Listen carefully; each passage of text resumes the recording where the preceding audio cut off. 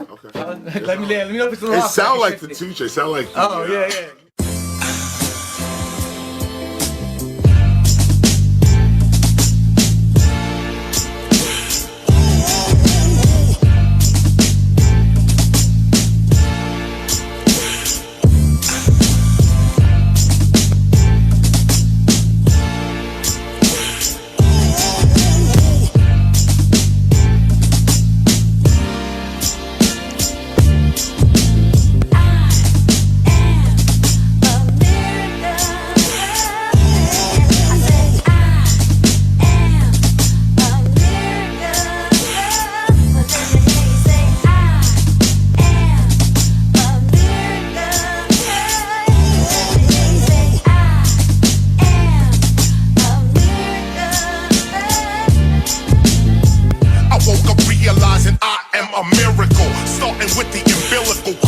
I'm a miracle. Forget whatever I can afford. I am a miracle. Walking with the strength of a Lord. Spitting lyrical. How am I even spitting it all? That's a miracle. 30 years, KRS-ONE. How we still hearing you? Yo, it's a miracle. No, not just my lyricals. My data is empirical when it comes to these miracles. Within the miracle, I am the miracle. I am the pinnacle. Never pitiful. See, past the typical. Deep mystical. Meta and physical. Rational and spiritual. Mind over material. I am the miracle. Say it with me. I am the miracle. Wipe away the doubt, the disbelief, and the fear in you. Project your mind down the line about a year or two. See yourself pursuing it and doing what you here to do. You are the miracle. Yes, you are the miracle. You get what you expect. See 1,000 people cheering you. You are the miracle. You and I, a miracle. This is intellectually critical and political. Yes, you are the miracle, cause faced with the imperial, we didn't lose our spiritual. That alone is a miracle. Standing on principle while others steady dissing you, but still showing love, living above, that's a miracle. They tried to put the fear in you, act like they wasn't hearing you, but that was minimal. You remain the miracle. No hate or bitterness, cause both are reciprocal. Not to become hateful toward hate, that's a miracle. The rent due and the landlord, he ain't hearing you, but the check with no money on it you gave him just cleared for you. Miracle. When you pray, someone's always hearing you. Ancestors, Holy Spirit, maybe someone near to you. A miracle. You are a miracle. Fresh, you are a miracle. Blessed, you are a miracle. You are a miracle. You are a miracle. Yes, you are a miracle. Fresh, you are a miracle. Blessed, you are a miracle. You are a miracle. You are a miracle. Yes, so this is the project right here. Big up to Dr. Dre. Big up to you, Dre, all day. Appreciate the time. You know, we're recording this project in a variety of studios, and this is sort of the icing on the cake. This is sort of like, we recorded in all these different places and we got all these different sounds, but I needed to come to a studio like this so that everything can now sound the same. Everything can now have the same power, inflection, this kind of thing, tone, and all of that. So this is the project. It's called Streetlight, and it's called Streetlight because, well, for a variety of reasons. One is that this is light for the street, and this is light of the street. This is light coming from the street, meaning that light is a symbol for awareness. Light is a symbol for the mind being able to see clearly or finally see. That's what we call light. I finally seen the light, or you know, light in darkness. So we call it street light because of the symbolism of light. But the other side to it is that the actual street light was the original source of hip hop's power.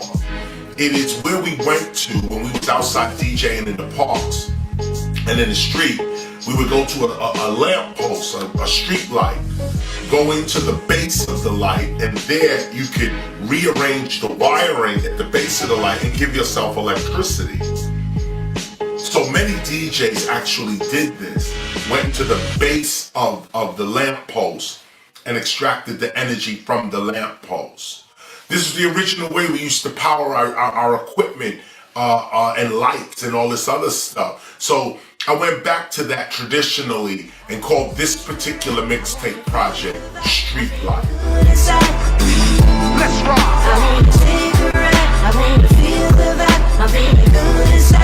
Yo, take a ride, take a ride, take a ride round the block now. Every day scene, dope fiends and the cops round. At any traffic stop, we could be shot down. And in the courts, it's just us. Justice is not found. Roadblocks, checkpoints, and the lockdown. This is going to be on the tour exclusively. You can't really get it anywhere else. Of course, you can go to KRS-ONE.com. You can go right there and get everything really just relating to me. But if you want a real CD copy of it, you're going to have to come to the tour, or you're going to have to go to KRS-ONE.com and order yourself a copy. So this is how it's going down. Street light, light for the streets.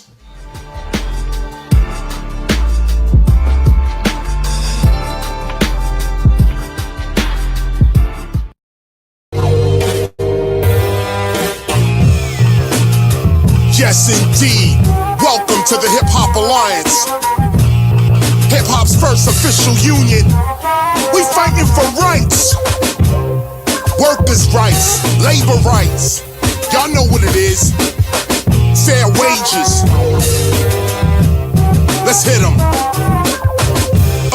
Who's really speaking for the artist? Everybody knows the music industry is heartless. Knowledge reigns supreme, not what an artist on a chart is. It's about fair wages and royalties. Let me start this, spark this. It's about cultural self-reliance, corporate defiance. We got this down to a science. It's called the Hip Hop Alliance. We take it back to stop the violence. For 30 years I've been the culture's guidance. You can't deny this, I clean pupils when they open their eyelids. In a blink I teach kids to think, that's what I did and do. Reaching and pulling out the culture inside of you with the truth inside of you, no one can lie to you. It's time to unify him, her, you, and I. Do your part to save the art, don't be a stupid guy. Front, you can try, but it's your time you waste. And we starting an alliance against corporate exploitation.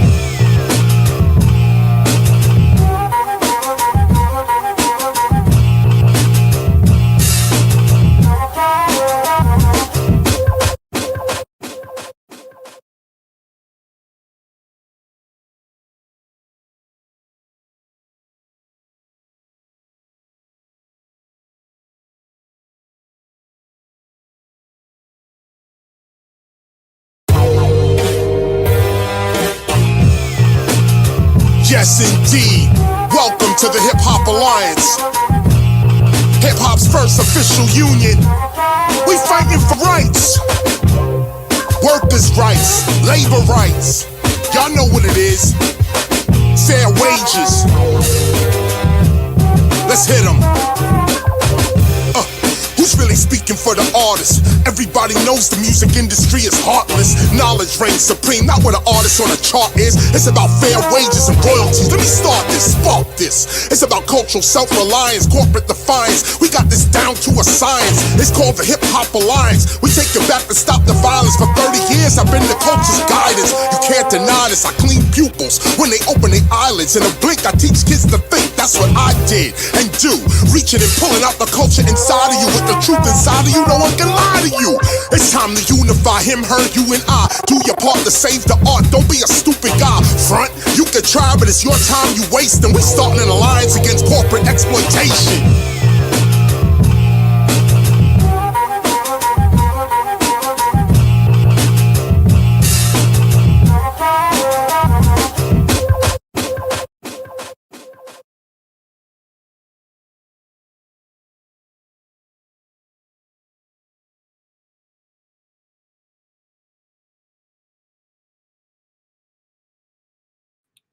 Peace and much love, and welcome to the Temple of Hip Hop.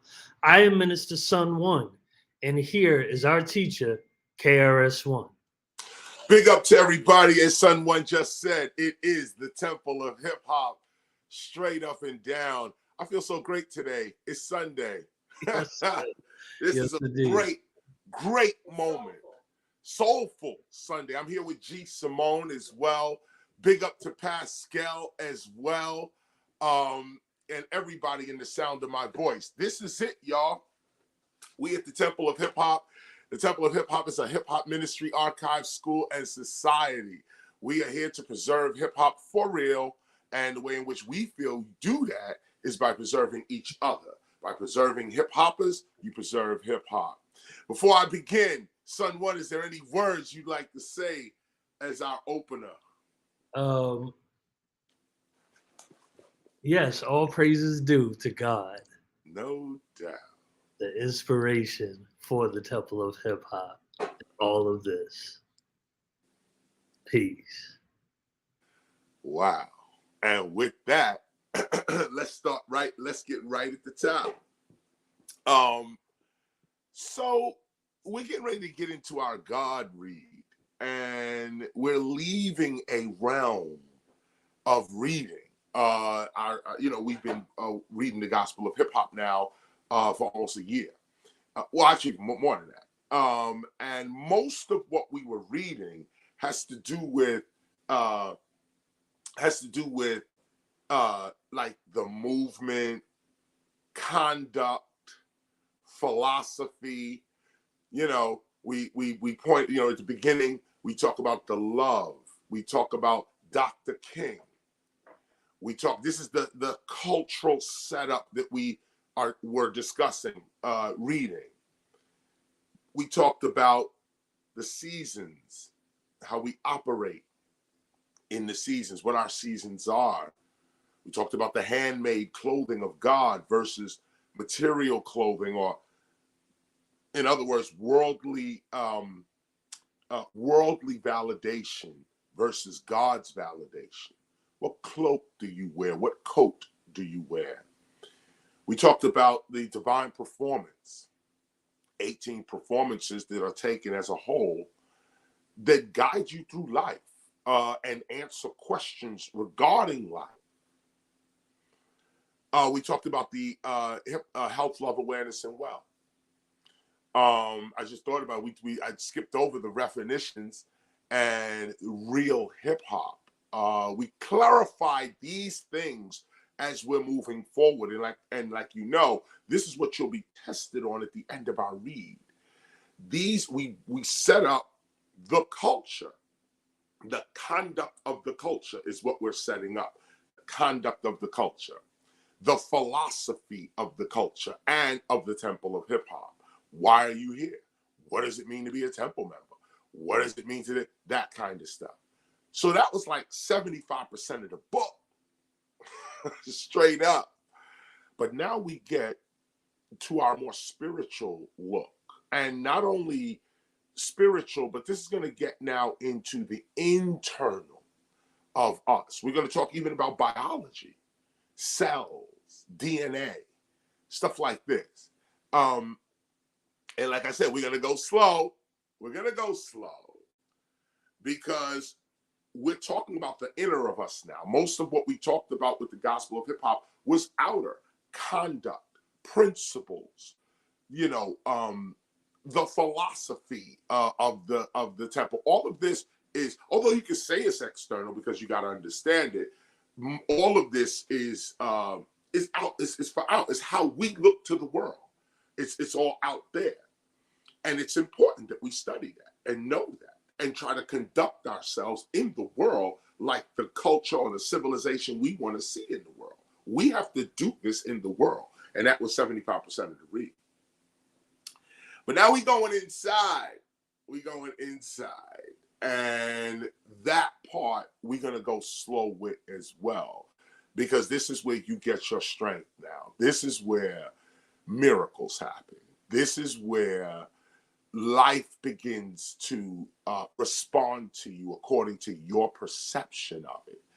This is the part where usually schools like this, like the Temple of Hip Hop, or those that teach this kind of knowledge, if you're serious in that way, this is where we don't teach.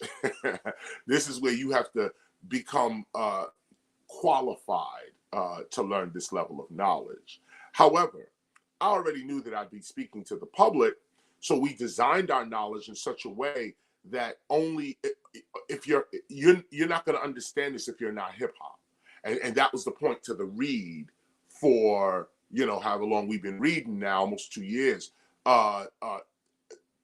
that is, that was the point of that read. If you haven't been with us for this minute and you're not really hip hop, this part right here is going to be shocking to you, or you might not even understand it at all.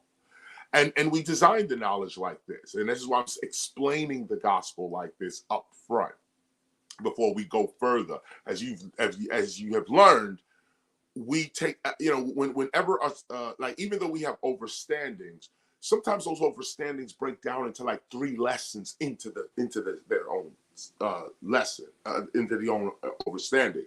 And we went over this. I've said to you, we're going to stop here because this is one lesson. Now we go next week and we bunch here, and this is one lesson. This kind of thing. This is how the gospel reads. It doesn't just read. You don't just read the gospel of hip hop. You reference it and pull lessons out of it for the places in which you are, or the answers you need for yourself. So that was 75% of the book. And now we're getting down toward the end of our read.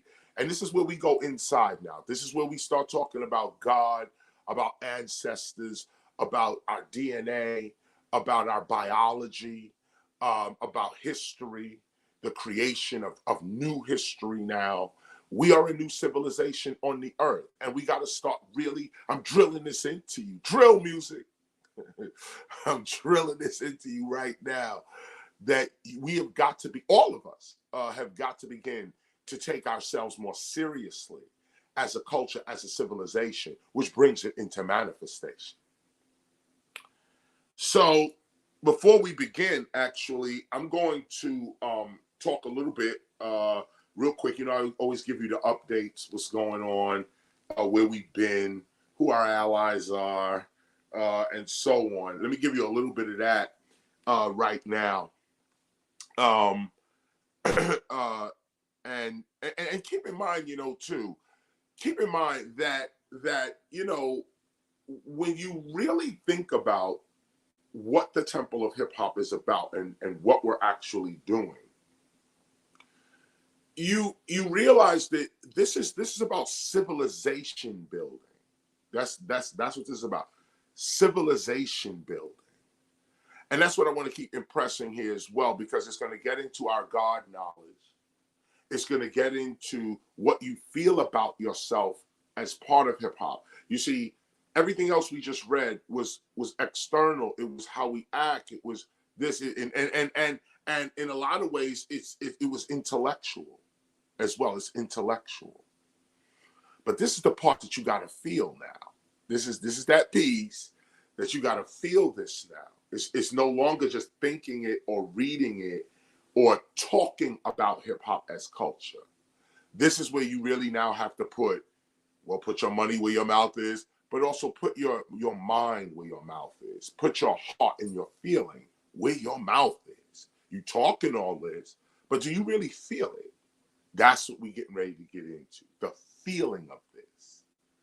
And so that feeling motivates us to do a whole bunch of work. And as you saw just before we came on, I'll start with the Hip Hop Alliance. It's by now you've seen the video. Let me get myself together here. By now you've seen that my hair keeps sticking up. Yeah. I'm using the screen as a mirror. And so here's the point that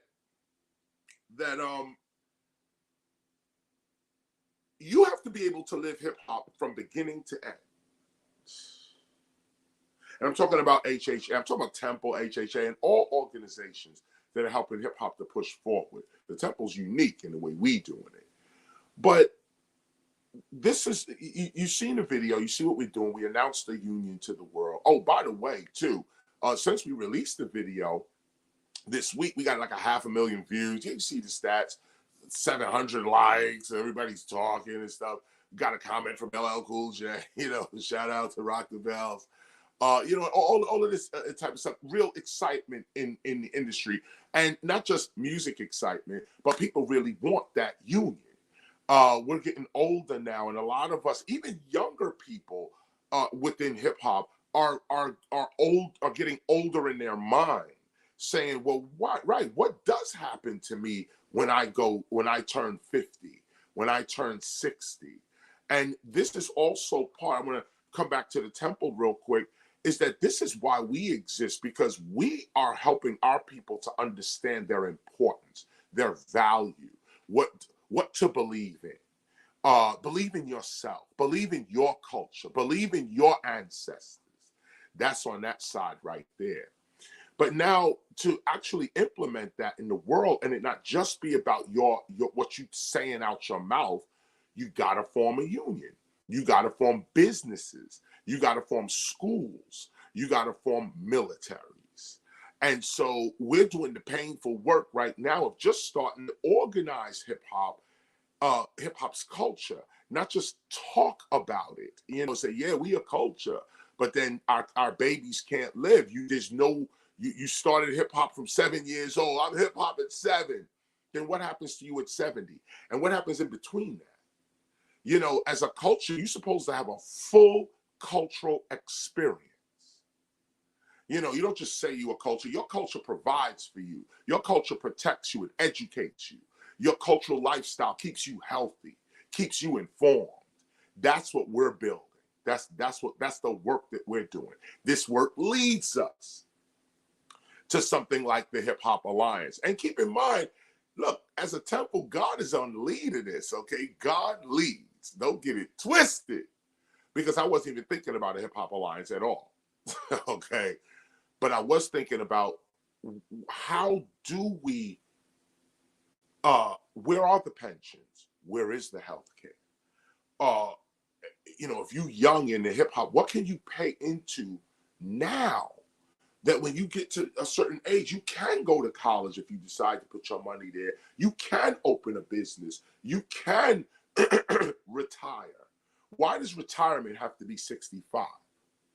No, retirement could be 35 with the same benefits starting at 35. Okay, and you move on. You say, yo, I started paying into this when I was 20. I'm now 40 and I'm retiring with benefits coming to me out of hip hop.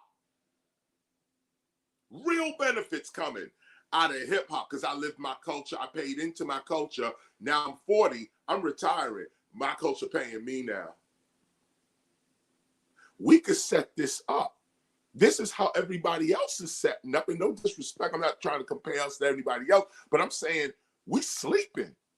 Okay, we can't be sleepy when it comes to your life and your babies and your culture and your nation. We ain't nobody got no time for sleepy. And there's benefits out there for us. There's programs and systems that will protect whole populations if that population is organized. You mean to tell me that's out there for us and out there for everybody?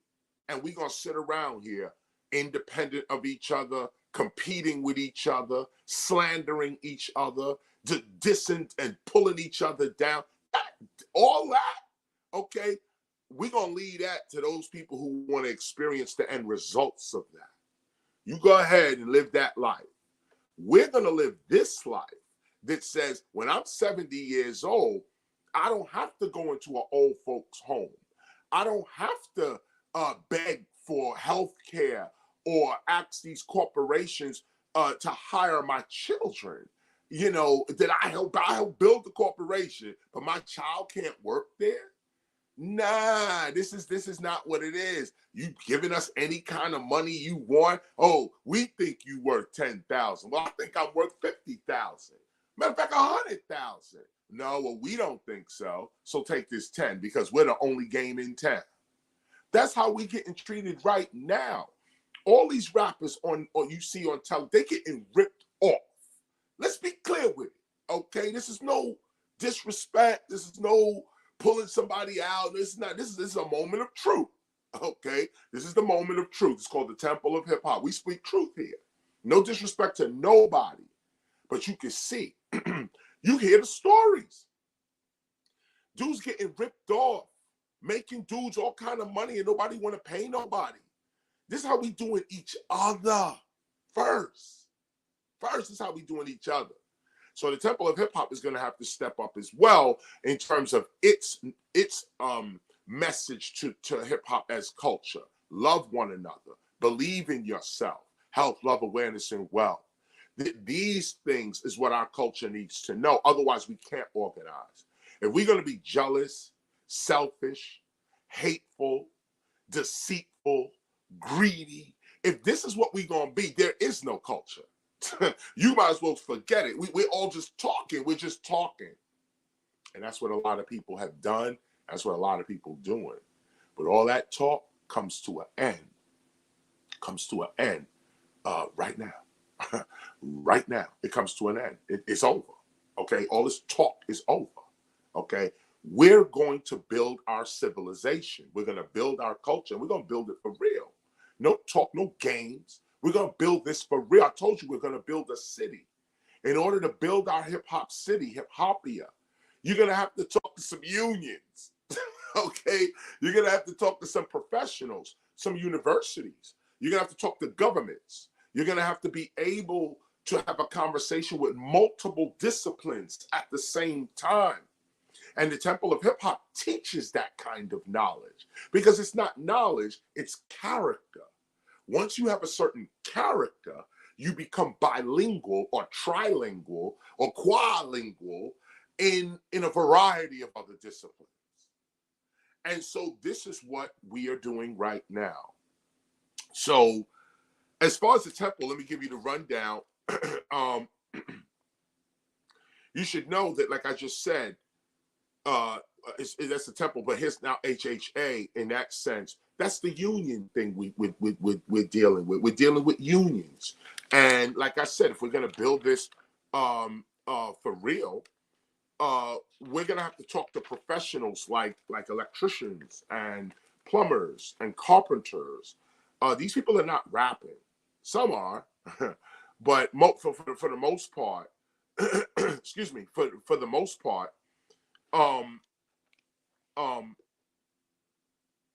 this is not entertainment. You know, this is not the entertainment part of it. This is where real hammer and real nail meets real wall. And if you're not willing to do that kind of work, then this part of our movement may not be for you. And I say that to the Temple of Hip Hop because some people just like the spiritual part. You know, you good in your own life. And the spiritual piece to this is satisfying. You know, this is where sages go into the mountains, go into the woods. I'm not with this city urban bullshit. Y'all want to sit here and shoot each other? Go right ahead. I'm going to the Caucasus Mountains. I'm going to the Himalayas. I'm going to Kilimanjaro. I'm going to the forest, the desert.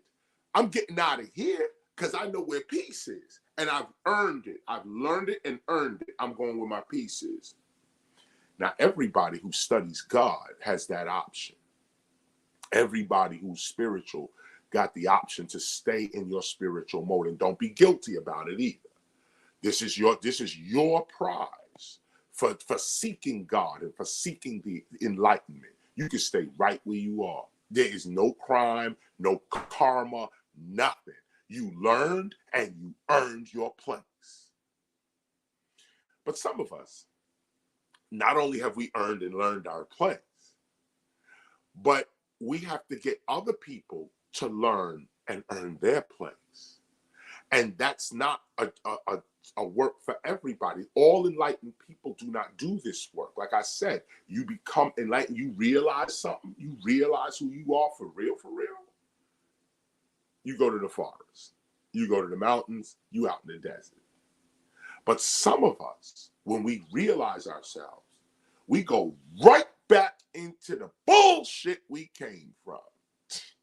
Right back in it. People say, what the hell is wrong with you? Are you a glutton for punishment? No, I was built a certain way. And with self-awareness and realization, I realized I'm not supposed to be in the mountains. I'm not supposed to be in the forest. I'm supposed to be on the corner of 125th Street and Lenox Avenue. That's where I need to be. I need to be right on the corner of La Brea and Hollywood in Cali. I need to be on the corner. Okay, that's my enlightenment. That's what my enlightenment gives me for my people. My people are not in the forest. My people in the streets. So my enlightenment gives me the ability and leads me to my people, which are in the street. When they get to the street, we explain to our people, it don't matter whether you are a headliner in our hip hop culture, you a headline, you a headline performer, or you pick up the trash after the show is over. It don't matter whether you are the janitor of the show, the engineer of the show, the valet or hospitality of the show, or you the headliner, or you the promoter, or it doesn't matter. You deserve dignity, respect, support, safety, while you participate within hip hop and while you do your work. The headliner is not above you, not in this culture. Everyone deserves dignity and respect, no matter what work they do, and we're not getting that. We're not getting that dignity and respect. They throw in hip hop as anything and telling us we got to take it because we have no union, we have no government, we have no church or temple. Now we do have a temple, of course, but like I said, that's internal. And again, the temple still got its 10, 20-year work to do to get our culture to realize the divinity within themselves. But now over here, so your babies come in at 13, 14.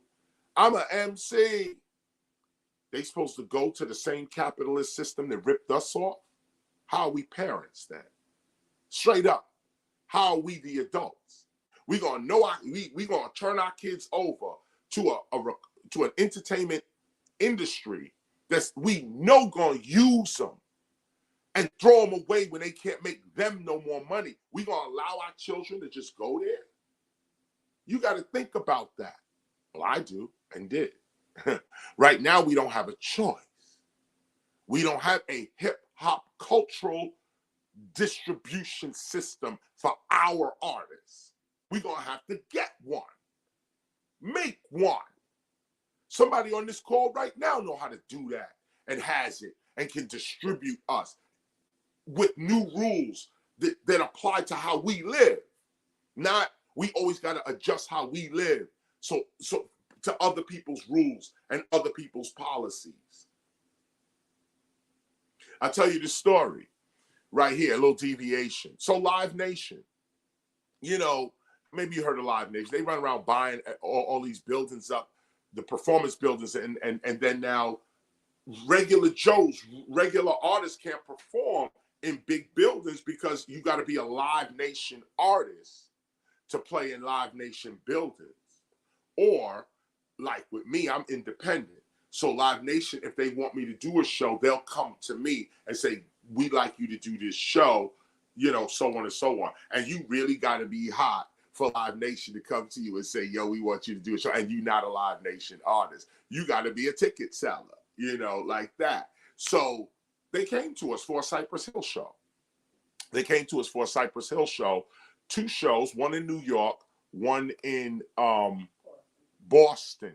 Two shows, one in New York, one in Boston. Nice money on the shows as well. And so we get to negotiate. Now, everybody in the whole industry know. Here's the rules, right? Here's the rules, okay? When you want an artist to do a show, okay, you send them an offer first. Here's the date, the name of the show, the promoter, what you're going to get paid, all of this type of stuff is on an offer. If the artist says, yes, I'll take the offer, you sign the offer sheet, send it back to them. They then can either get on the phone and start negotiating the offer, or they just send you the contract. You sign the contract, and then you get 50% of your money up front. It's called a deposit. The deposit is what protects the artist against the promoter, and the deposit also is the expenses to the artist to get to the show. So we asked 50% up front. So we already got half the money. If the show don't happen, if I get there, you didn't pay me and all this stuff, I got half the money. Live Nation comes in and they say, nah, that's no longer the rules. This has been an industry standard for 100 years. No, we're not doing that no more. We bought all the venues. We're going to dictate now what you artists are going to get. No more 50%. When we book you for a show, we're going to give you 10% of the money of what you are due, 10%. And you're going to get it not when the offer sheet comes in and the contract is signed. You're going to get it 2 weeks before before the show goes up. 2 weeks before the show goes up. So most shows are booked over a 3-month period. Okay, a professional show, real shows, you give it 90 days. You want more time, but 90 days is just about the crunch of a real show. When I say real, I mean like, arena shows, big shows where big money's getting spent. You need at least 90 days, okay? They say, no, we're going to advertise your name and your likeness, your picture, everything. You don't get nothing. 1 month, nothing. 2 months, nothing. 2 weeks into that 2 months, that third month, now we're going to give you 10%. And you got to show up to the show ready to perform. If you got band members, you got to pay for all of that yourself. And then your money is more like a reimbursement to you. You're going to pay yourself later, but they're not giving you nothing until 2 weeks before the show, you get 10%. And then the night of the show, they talk about wiring you your money another 2-3 days after the show. Or they give you a check the day of the show. It's like all these little schemes and games. This is Live Nation. And I'm just telling you the truth. No disrespect to Live Nation at all. Hope you guys figure yourselves out. But they came to us, okay, with this arrangement. And I ain't trying to hear it. So we went back and forth. Simone obviously said, look, what our policy is, 50% up front. It's fair. Like, we don't go with this bullshit y'all dealing with. You know who we are. This is what it is. So they said, nope, this is our policy. So I said, nope, this is our policy. Fuck off. That's our policy. This is hip hop. Your money don't move us. Principles move us. Now, the downside to this is that Be Real wanted me to do the show. They requested me. This is how Live Nation even got involved. Okay, it's a Cypress Hill anniversary show. And if you're in New York, go check that shit out. It's going to be dope. If you're in Boston, go check that shit out. Cypress Hill, okay? Be Real, they asked for KRS to come through and represent New York. That's what they were trying. They were trying to get me to New York and Boston. But he said New York was the show they want me to be on. Now, we can't culturally create because this capitalist is in the middle of the culture. This corporate bullshit is in the middle of the culture, so I can't communicate. I mean, of course, we got letters and all types of communication with Be Real's management and Be Real, but this dude is in the middle of the thing, messing it up. This is why a union is important. This is not temple work. The temple of hip hop will say this is morally incorrect. This is not godly. Look how you doing the culture. Oh, all that's temple. But when it's time to pull the guns out, because you don't want to hear truth, you don't want to hear logic, you don't want to hear ethics, you don't want to hear what's morally right. You don't want to see principle. You just want to abuse me or force me into your policy.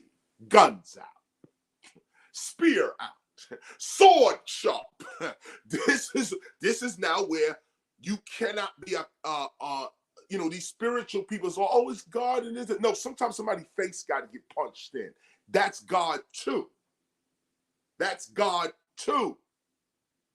Not just, oh, it's peace and it's happiness and, oh, we're going to just pray and share today.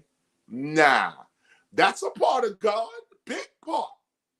But there's this other part too, where God will open the whole earth and swallow your city in it. Don't front. A meteor will come out this sky and hit only your house. Oh, see, these people, they rely on science. I don't. I rely on God and my ancestors. I know that language, okay? That's what we dealing with. These people playing games. So, of course, you know, I say, yo, we ain't doing that show. That's your policy, it's my policy. I'm out of here.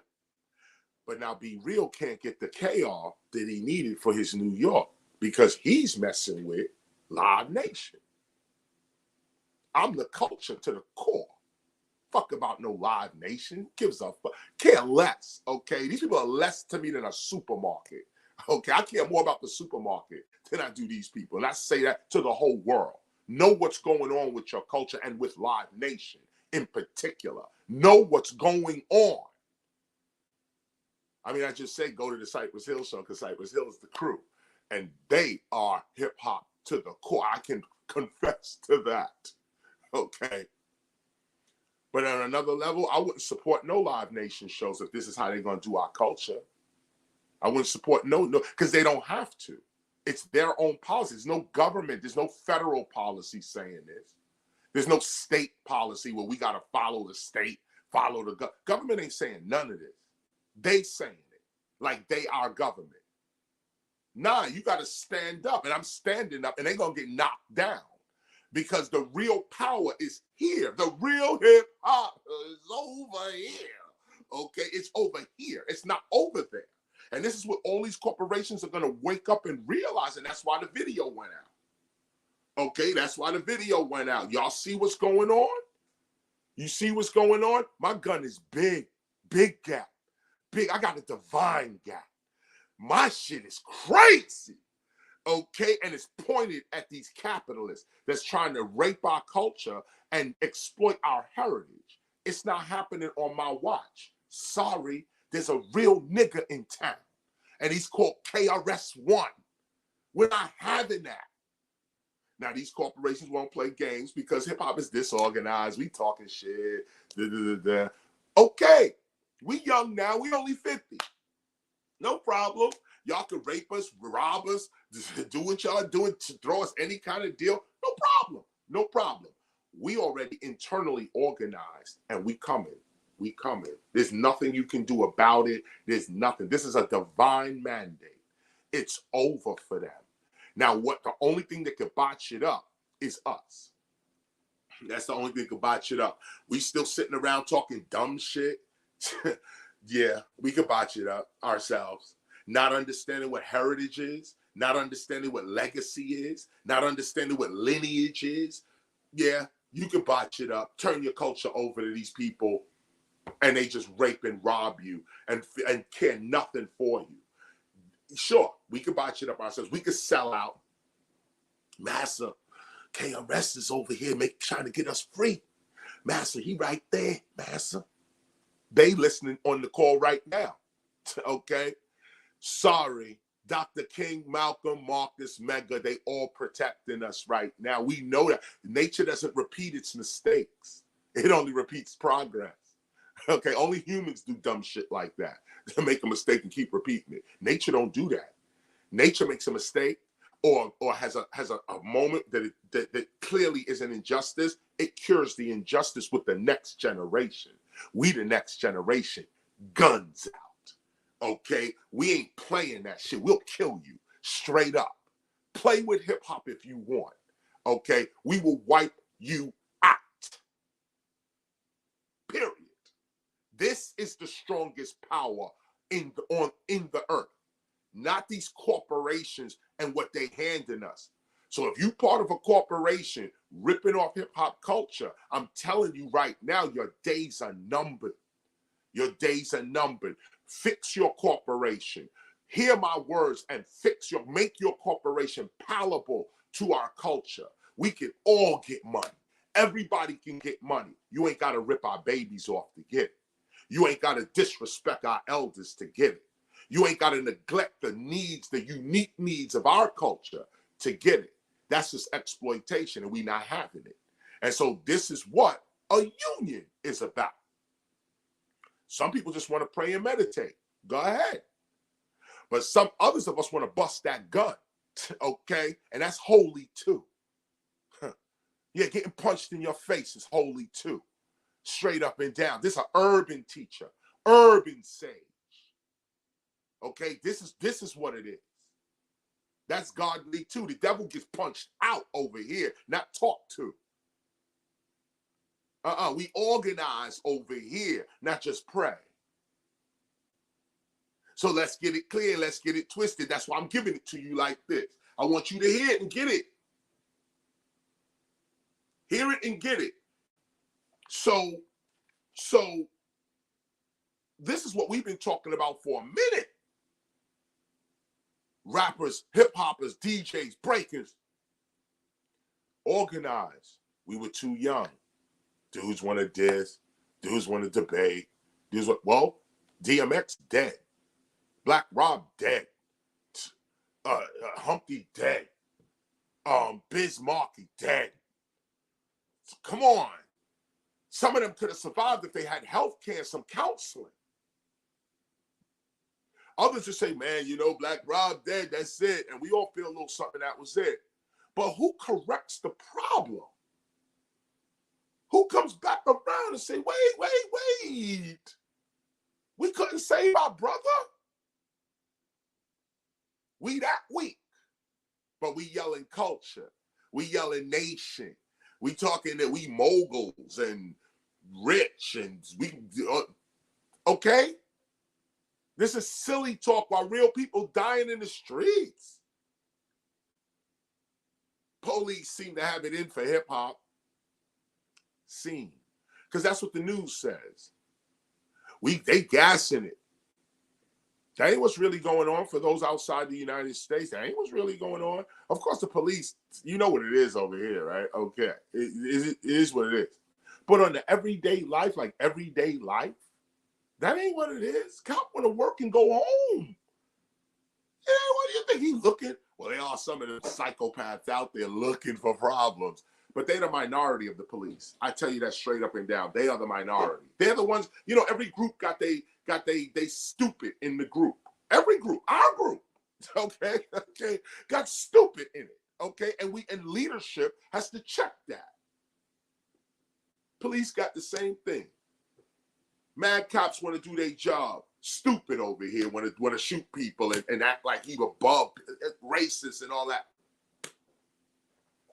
But that's the problem with the police. Look at the leadership. They seem to be going along with that. Hold up. You going along with that? You can't check that. Everybody make mistakes while stuff happens, but you can't check that so it don't happen again. The answer is no. As a matter of fact, we're going to escalate. See, now I got to start talking Panthers now.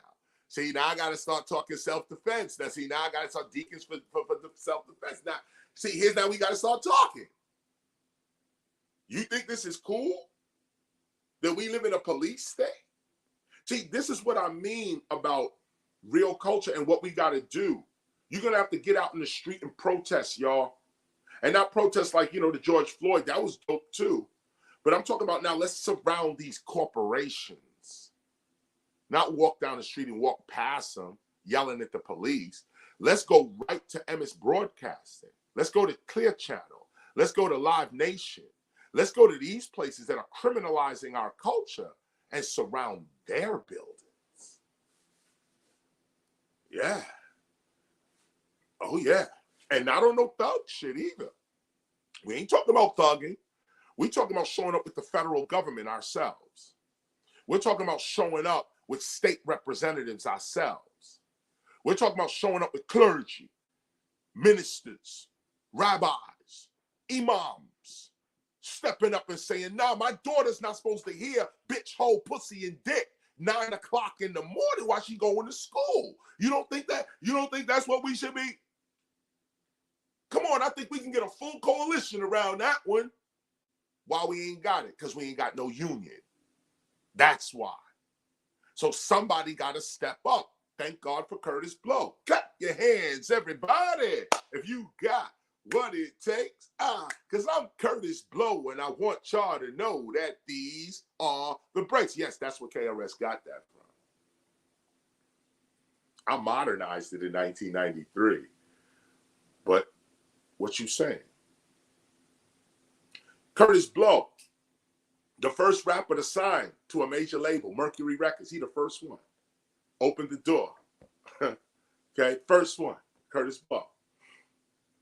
Him and Chuck D. Matter of fact, wait, let me come back to Curtis Blow. If I ruled the world. Imagine that. Wait a minute, I'm bugging. That's Nas's rendition of it. Nas and Lauryn Hill did a version. But the original was Curtis Blow. They're playing basketball without that basket. Well, I forgot who did that one over. But again, Curtis Blow. Christmas rap. Bing, bing, dun, dun, dun, dun, dun, dun, dun. It's Christmas time and I want y'all to know. Curtis Blow. Okay. Then you got this other savage animal called Chuck D.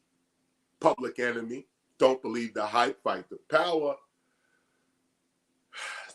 All types of wild statements and craziness. Full history within hip-hop. But this dude over here, between the two of them, they came up with HHA. Hip-Hop Alliance, the Hip-Hop Alliance. They came up with that. They started it about last year sometime. And they started it because Curtis Blow was having his heart difficulties and needed a heart transplant. And as the story goes, of course he didn't have no money to get the heart transplant, okay? But somehow he found out, his wife did the digging and found out that through SAG-AFTRA, another union, he had health insurance. He was paying into health insurance, didn't even know it. So SAG-AFTRA got together and got Curtis Blow a new heart through their healthcare program. They had a healthcare plan. So Curtis Blow was able to get a new heart through the healthcare plan. Unions. He said, wait a minute. You mean to tell me rappers got healthcare through SAG-AFTRA and nobody noticed? SAG-AFTRA said, not only do you have healthcare, you got back royalties. We've been trying to meet artists for decades. We can't get to nobody because nobody knows us. Some don't even respect us, but we're not in your community. Curtis Blow said, wait a minute. We got to do something about this. We got healthcare, pension, retirement, all of this through a union already, and nobody knows, and the union's stuck because they're not hip-hop. This is, no, we got to do something. They started the Hip Hop Alliance. Him, Chuck, a guy named Dr. Bob Lee, a couple other people, Tara, and I'm trying to remember all these names, but you know, they started this alliance and said, we're going to start a union. Now that flew into the face, of course, of SAG-AFTRA, and I'm not going to get into the story here, but it flew into the face of SAG-AFTRA because SAG-AFTRA wants to be the union. It represents all artists and so on. And so does the American Federation of Musicians. They want to represent all artists. That's what their mandate is. That's what they're supposed to be doing. But hip hop has specific needs that they don't understand and don't even have the resources to get. They don't have it. So we said, no, we're going to start our own union. We're not going to go through you and this and that. We'll ally, of course. That's what unions do.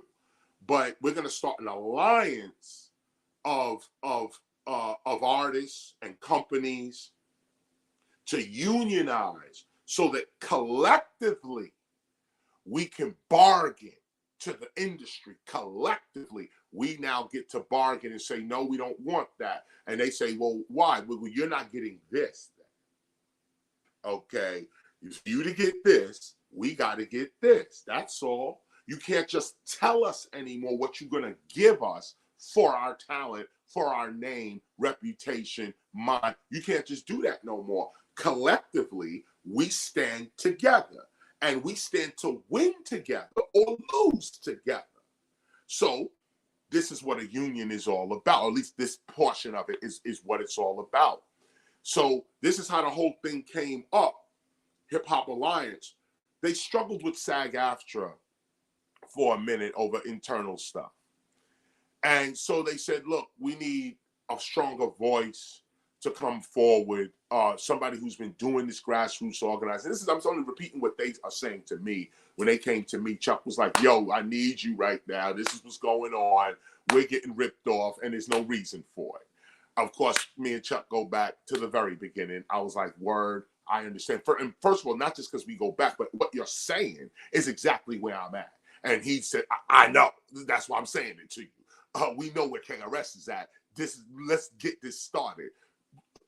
Curtis Blow echoed the same sentiment and said, no, we're going to have to give you the leadership position for you to run in there and do what you got to do. And so I became chairman of Hip Hop Alliance, flanked by everyone that I just mentioned to you as well, including others. It's a huge organization that has other people involved and all types of ministers and lawyers and people involved. But KRS-ONE now has been put there to lead the organization and get some of the challenges, internal challenges that we had issues with done. So the internal challenges, I dealt with them, and I'm not putting them out here. This is confidential information, but you should just know that, you know, we dealt with the internal challenges of the HHA, my organizing skills, articulation, so on. I do this. They were right. Bring KRS in. He'll make it happen like this. I came in. I did make it happen. This kind of thing. And what you're seeing is now the video, which was one of the first things I said, well, come on, we're trying to get the word out. Let's get a video out there. Let's let people know what's up. Let's get this going. Of course, Slick Rick right there, ready to work. Kane, ready to work. Chubb Rock, ready to work. Everybody. I'm just MC Light, ready to work. And everybody pretty much, okay, ready to work. Coming around the concept.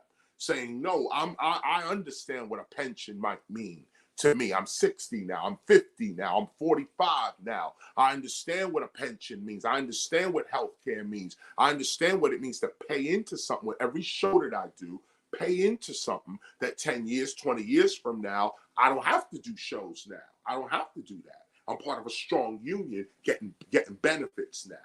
We need this in our lives. We need this in our lives. If we're talking about culture and living a culture, we need this in our lives.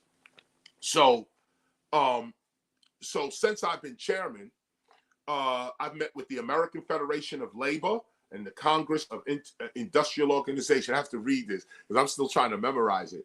American Federation of Labor and Congress of Industrial Organization. That's the AFL-CIO. They were the first people that I went to meet with. We wasn't getting the answers we wanted out of SAG-AFTRA. So I took it upon myself, of course, to meet with unions here in Atlanta. The first union I met with was the AFL-CIO. I said, yo, I'm trying to start a union. I need your help. What's up? They freaked out and said, what? A hip-hop union? Are you out of your mind? This is the greatest thing since sliced bread. So they said, yes, of course we're going to help. And we're going to set up the meeting and do whatever we got to do to make this shit happen. You said, it's about time. Welcome to the union movement. And so the AFL-CIO jumped right, the Georgia one, jumped right on it.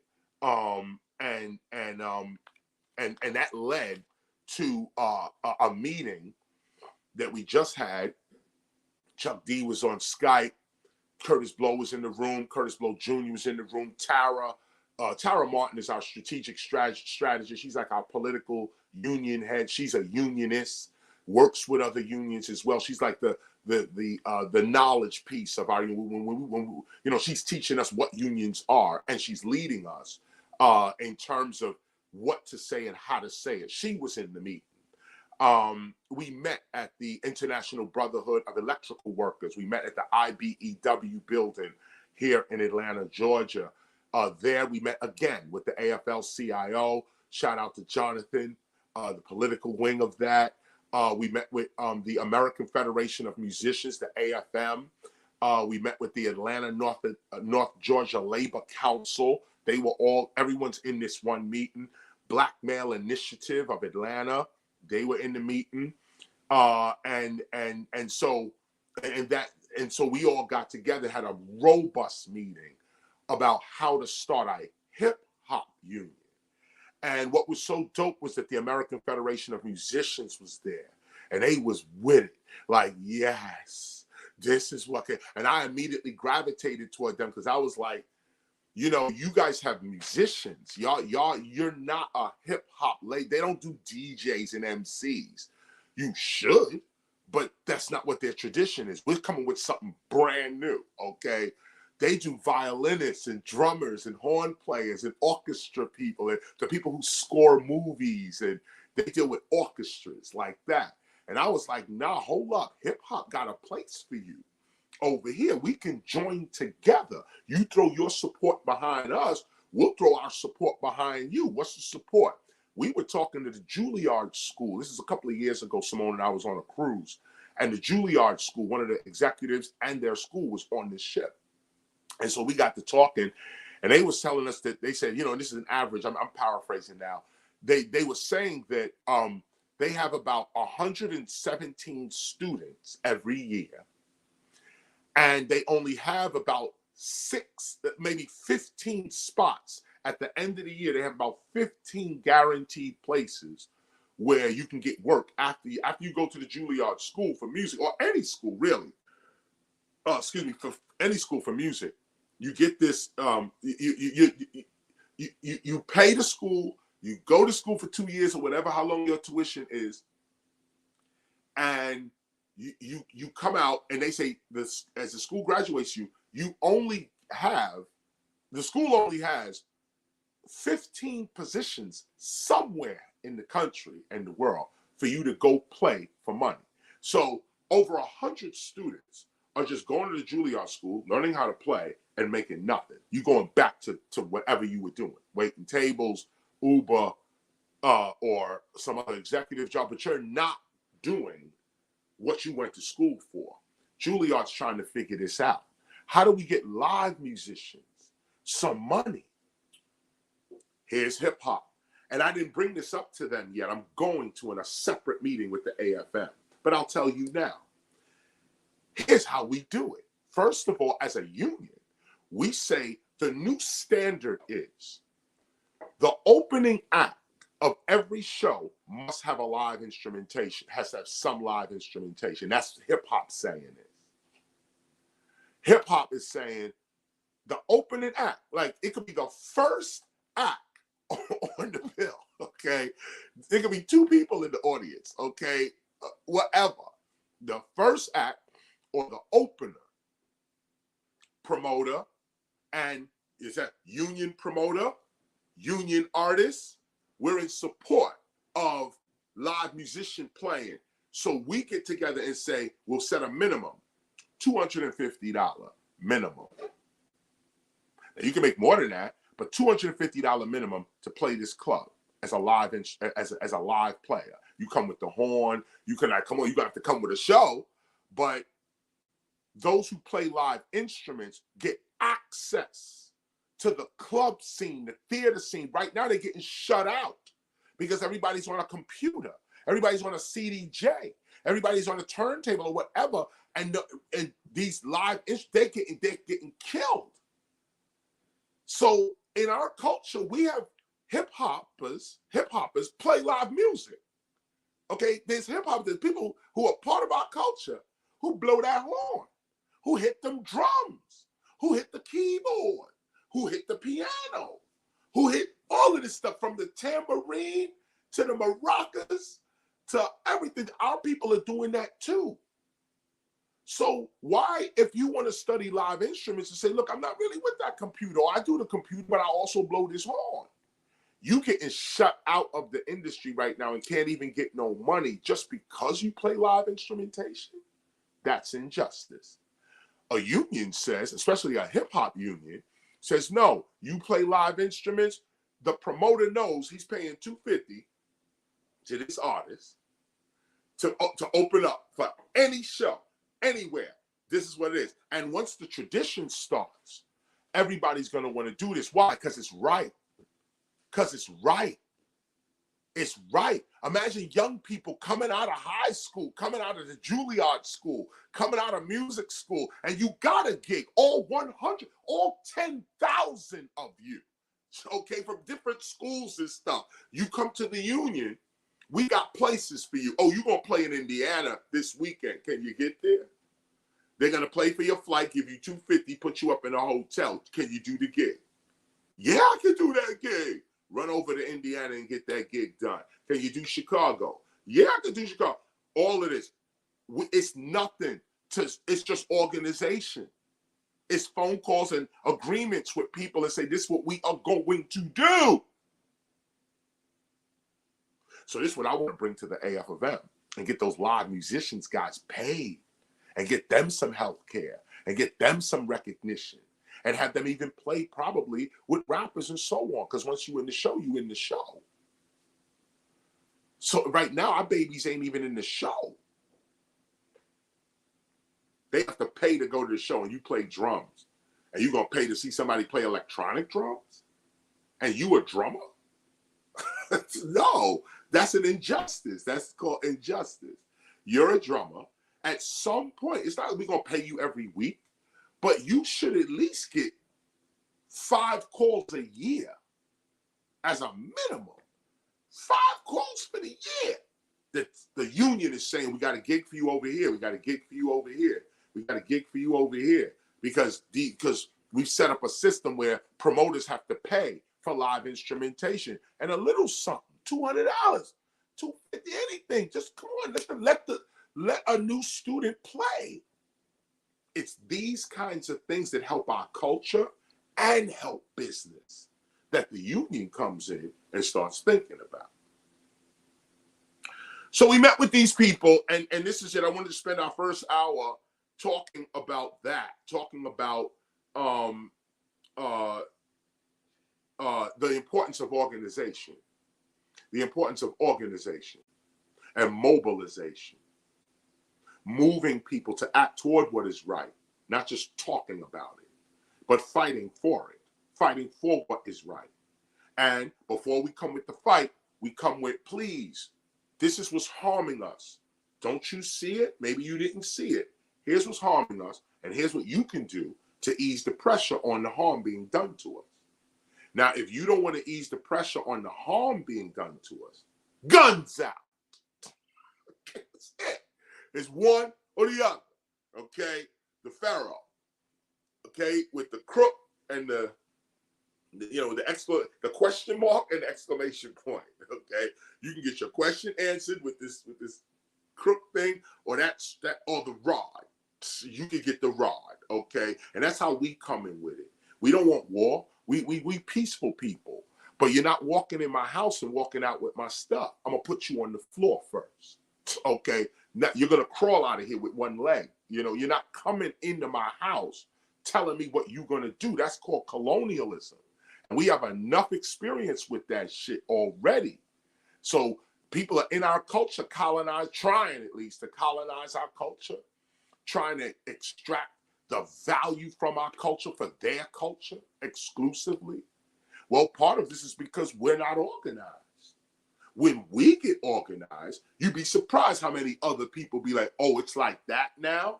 Okay, I'm gonna approach you like this. You don't believe in Santa Claus no more? I'm not gonna bring Santa Claus to you. But if you're gonna keep believing in Santa Claus and I'm getting money on Santa Claus, you believe in Santa Claus. So let me keep hitting you with Santa Claus. The minute you wake up, ain't no fucking Santa Claus. Now everybody go, oh, right, yeah, right. Oh, no, you don't need Santa Claus no more. Yep, let's start dealing with you like men, like women, like adults, not like girls, boys, and babies. Let's start dealing with each other as big, not little. Let's start dealing with each other as adults, as mature, not immature. Little kid shit. So this is my first hour. Last thing, last but not least on that. So big up to Tony Touch. Tony Toca. Shout out to Tony Touch. He called me the other day, said, yo, Chris, the video's dope. I had a call. He said, I'm calling you because I got a call from the head of the Teamsters. Another union, the Teamsters. We're gonna meet with them this week. And so, you know, they was like, word, we heard what's going down, and the Teamsters want to throw their support behind us. So we're gonna go talk to them and see what's up. Teamsters is no joke either. They gets down. And so, you know, we're gonna have our meeting with them this week, sometime this week. I'm gonna be at 1520 Sedgwick Avenue, August 11, 2022, in New York. We're going to be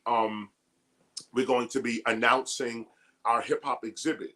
We're putting a hip hop exhibit at 1520 Sedgwick Avenue in the Bronx. That's what the Temple of Hip Hop is doing as a celebration for the 50th anniversary. As you know, everybody has a 50, not everybody, but those of us that have the means and the consciousness for it are celebrating hip hop 50, hip hop turning 50, its 50th anniversary, 2023.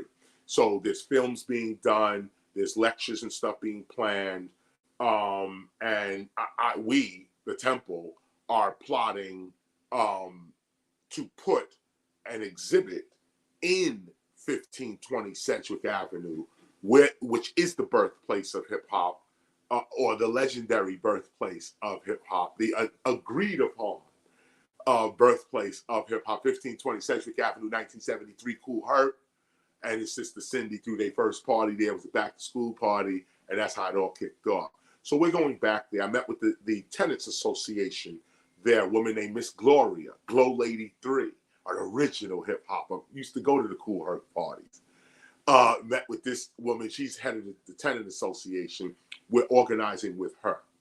The building owner, dude named John, who also has a hot sauce. That he's a nice tasting hot sauce that he's trying to sell. Well, not even sell, he's selling it.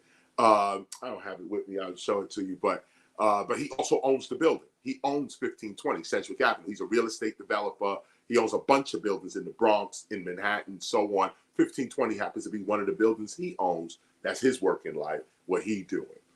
And so we got together because, we got together with Chuck Schumer a year ago. We was at the building and we was revealing SR 335, State Resolution 335, where we had to doctor it up, help write it, help put this in. They had some crazy language in that document talking about this is hip hop. We had to correct all of that. It's still, most of it was not even corrected, but the day came, August 11th. So we stood there with the documents and it was sanctioned. It was a nice document. I had no problems with it. But it left out a lot of stuff. And at the last minute, oh, Simone went and got it. The Chicago, this is what the owner of 1520, John, is selling. And this shit is good too. Somebody gonna clip this and have me let me put this thing down. Have me out there with John like this. But no, I just wanted to show you that. And support his business. What? That dude's hip hop. He's an old white man. He owned the building, you know. And you want to hear something crazy? His father, John's father, okay, is a federal judge and does immigration. John's father is the one who swore Slick Rick in as a citizen of the United States. You know, this is God, and this is what we're going to be talking about today, where you cannot make this up. You can't even plan it. Okay? The father of the owner of 1520 is a federal judge. And he, with Slick Rick, was because he had immigration issues. Slick Rick had immigration issues and he was deported for a minute. So to get his citizenship back, he had to stand before a federal judge, put his hand up, and take an oath to America. I pledge allegiance to the flag. And so the dude swearing him in, the federal judge that he had to face to swear him in, his son, the federal judge's son, owns 1520 and wants to hang out with hip hoppers and talk about, yo, whatever y'all want to do, let's get it popping. Word? God, it's like that. That's how it is, God, right? Okay. Go figure. Whatever. This guy, John, and there's like 3 Johns, because it's a conglomerate, it's a company that owns these buildings. But the presidents and owners of the company and the buildings owners are these dudes named John. So they have been extremely helpful. They're the owners of the building. There's nobody talking after them. It's certain at 1520.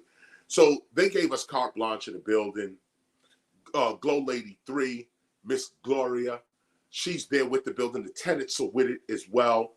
We've been going there back and forth. It was not one time we went, took a picture and left.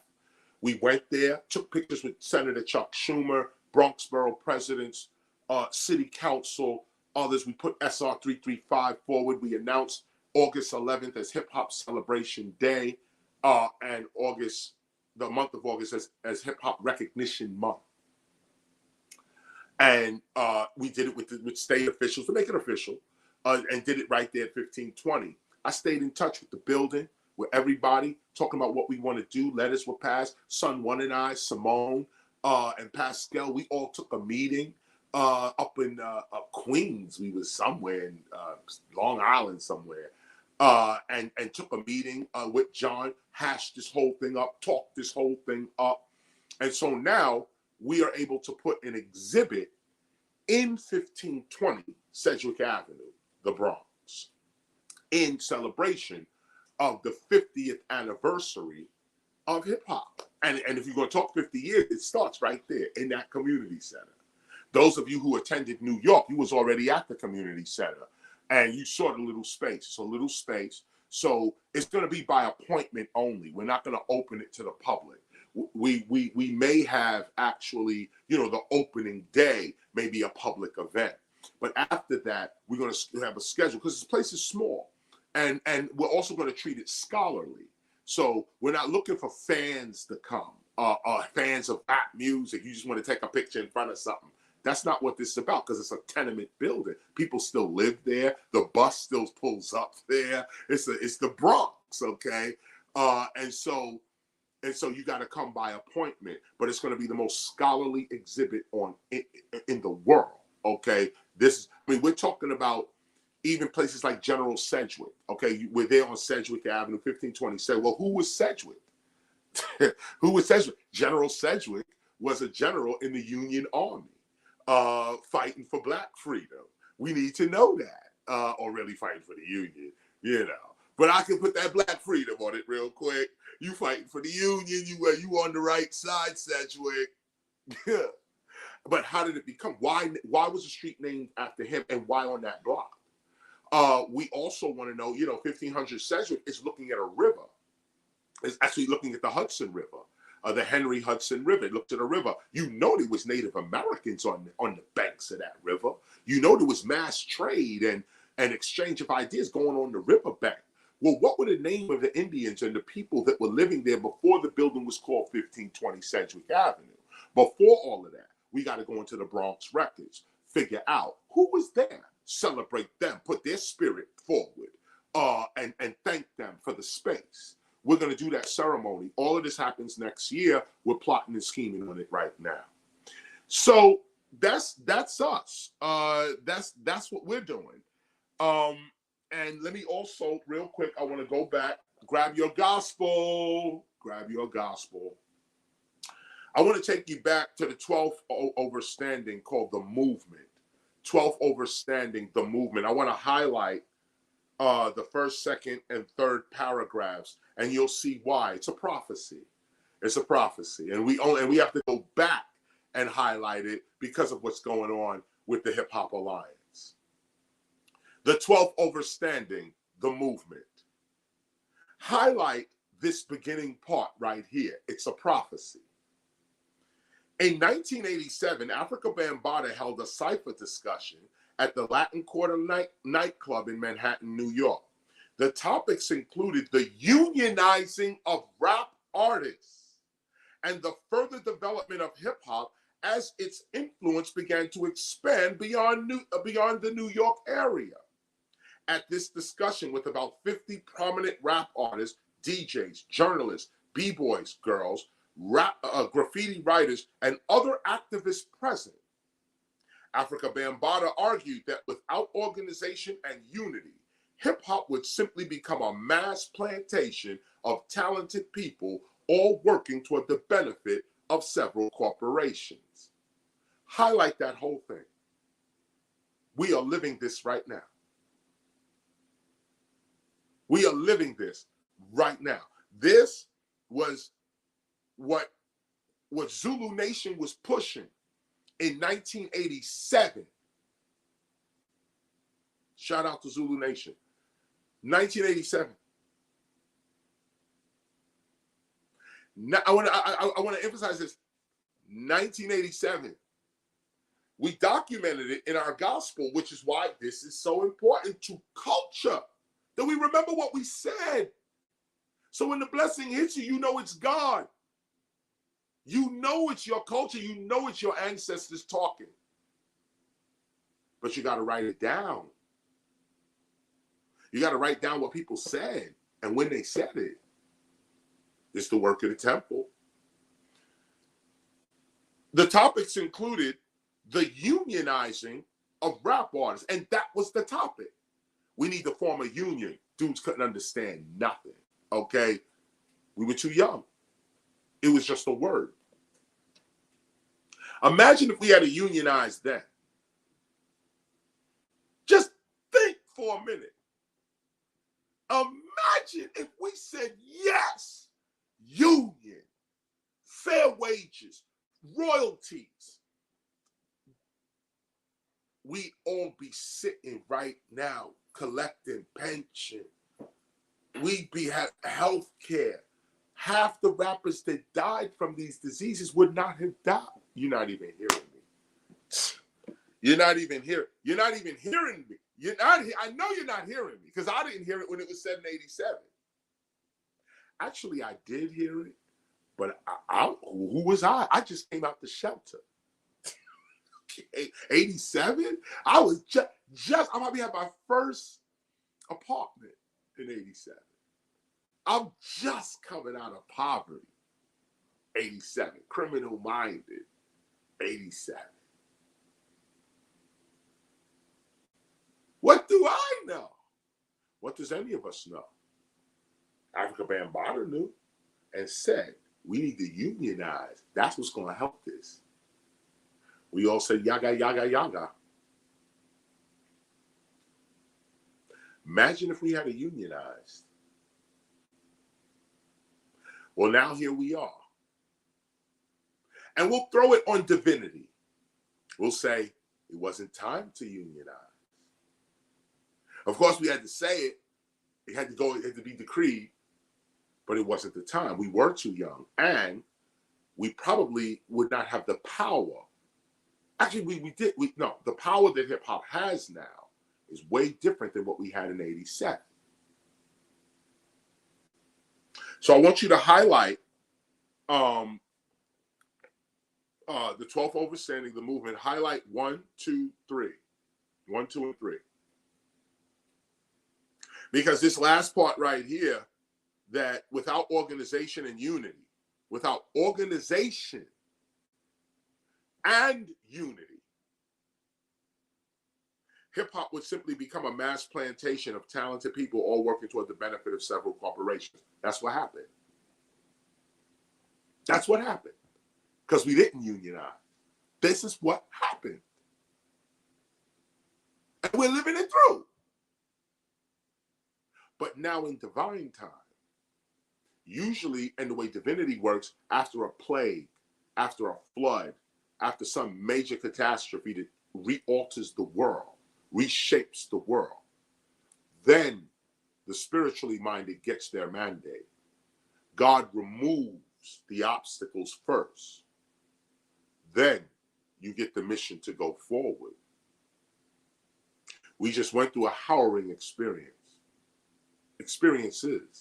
not only with COVID, but these mass shootings, police, misconduct, lack of education, voting rights being taken and misconstrued. All of this stuff is going on right now. Got people thinking. Supreme Court decisions flying out every week, taking more and more people's rights. Now people thinking, oh, wait, maybe we should be doing this. Maybe we should be doing that. But if you don't get the experience, sometimes you can't even think. So now here we are with the experience, and now people are thinking. This is divine time. This is God time. This is when you know you're being guided, and you got to have the sight to see it. Otherwise, you won't know what's going on. You'll be sad for no reason or happy for no reason. Like you know, being depressed, well, I didn't do it, and I didn't get it accomplished. But if you knew it was divine time, you'd know that it ain't even you doing anything. Go with the flow. Follow life's outcome willingly. Can you live like that? Let's find out. Turn your gospel. Simone said, don't follow life's outcome worrying. Follow life's outcome willingly. Don't follow life's outcome worrying. Flow. The 16th overstanding, our God, the great event.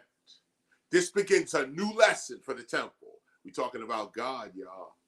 And we're talking about God from the perspective of the temple, from the perspective of how hip-hoppers experience God or can experience God. Here's what happened. It's funny. Oh, by the way, I'm on page 598 of the Gospel of Hip Hop, the original Gospel of Hip Hop. The 16th overstanding is what we're up to. The 16th overstanding. Our God, which is called the great event. Now, just right here, that's why I start. Look at what we're describing God as. This is unique in the world, y'all. This is a new spiritual thought. And by the way, just so you know, I say it often, but I'll say it again here.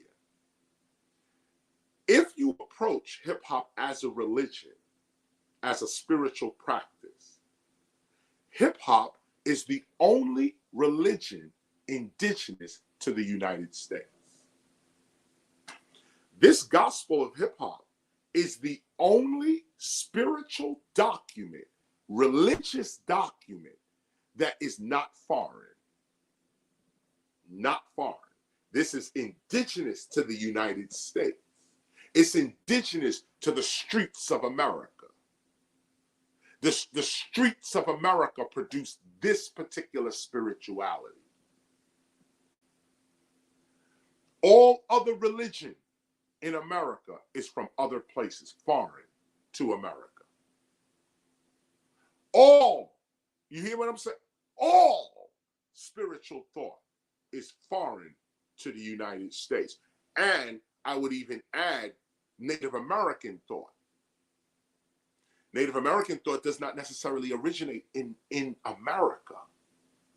Native Americans come from Indonesia, all these places. They got genetic information now. And also be careful with that, because some of this information is trying to prove that Native Americans are not the real natives of the land.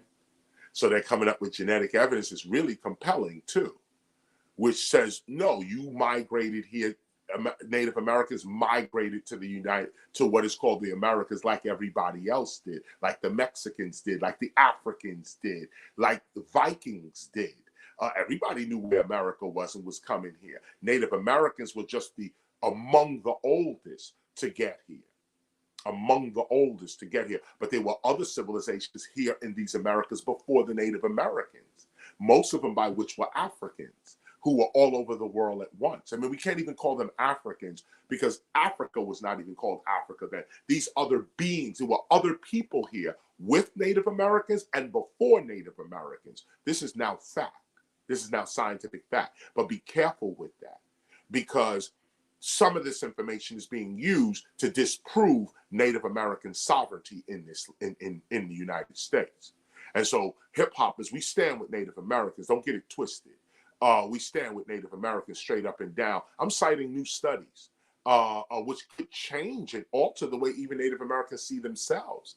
You know, Native Americans, let me go into that real quick. That we get this one-sided history that Native Americans, you know, like you say, 12,000 years ago, Native Americans came from the Bering Straits north over the Bering Straits into the Americas, and this is how Native Americans get here, and this is how America gets populated by Native Americans. That's one group, okay? Native American group coming through. Now we got information from the I'm not going to say the name because now I might botch it up. Sierra de Capoeira. I just said it, and I probably botched it out. But it's a South American cave site. And there they have cave paintings of Black people hunting animals with bow and arrow, which is originated in Africa 45,000 years ago. 45,000 years ago. The Olmec heads, which are the ancestors, these Black Olmecs from Ethiopia, are called the mother civilization of Mesoamerica, before the Mayans, before the Aztecs, before the Mexicans that we know today. They were Black folk. They're in the region that we are now calling Mexico. This, of course, is just knowledge, but here's the point with sovereignty, okay?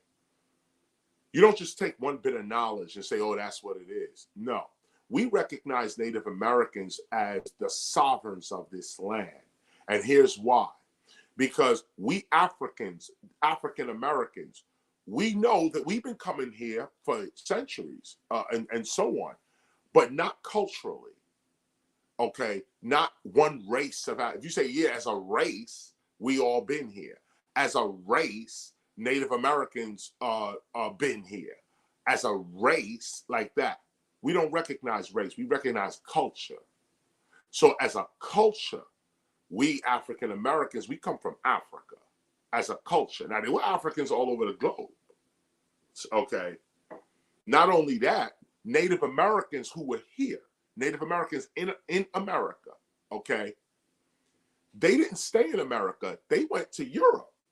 They took their boats and traveled to Europe. You never heard that story, didn't you? You never even think about it. Imagine the Cherokees in Portugal. They were there. It's documented. The Cherokees landed in Portugal and blew the whole Portuguese out. They were like rock stars landed. No slavery, no degradation, none of that.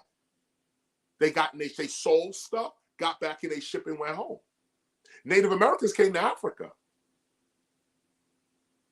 Africans who were already in the Americas when Virginia was started, okay, the Powhatan War, Virginia coming in, taking people land. They saw Africans with Native Americans when they got here, killed most of those people, and the surviving group, they sent them to Jamaica and to the Caribbean. Did you hear what I said? Africans that were already here and Native Americans that were already in the Americas were sent out of the Americas and sent to the Caribbean. Okay, we're told that the route is Africa to the Caribbean to North America and other places around the globe. That's not the only route, that's one route. There was another route going back the other way. Native Americans were traveling, the Chinese were traveling, all through the slave trade. The Chinese on the ship, on the oceans as well. Arabs are traveling all over with trade goods, everything, all over. The Turks, the Arabs, the Persians, everybody traveling, working. We so fucked up in our mind that all we see is slavery and the condition they got our mind locked into. You came from Africa on a slave ship and you landed here and we sold you and this is your history. And you believe that shit. And you believe that. Like, what? You got to question yourself. Are you a sucker? That's what hip hop, are you a sucker, really? You gonna believe that when the evidence is overwhelmingly the other way. Oh, not just evidence, overwhelming evidence that you lying about all this, about my whole history, you lying. But even with the lie known, dudes still believe in it and still cite it. This is culture. Culture will supersede your education. You think you smart? You got a PhD. You wrote 3 books. You teach at the blah, blah, blah, blah, blah, blah. You the blackest black of black. You know everything about black and black people. But now your lecture. Lincoln freed the slaves.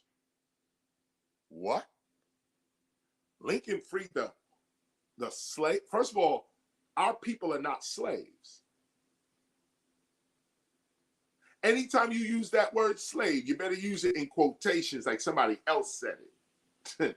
Anytime you use that word slave, this is how they got your mind. When you think of your own ancestors, you call them slaves. How are they free then?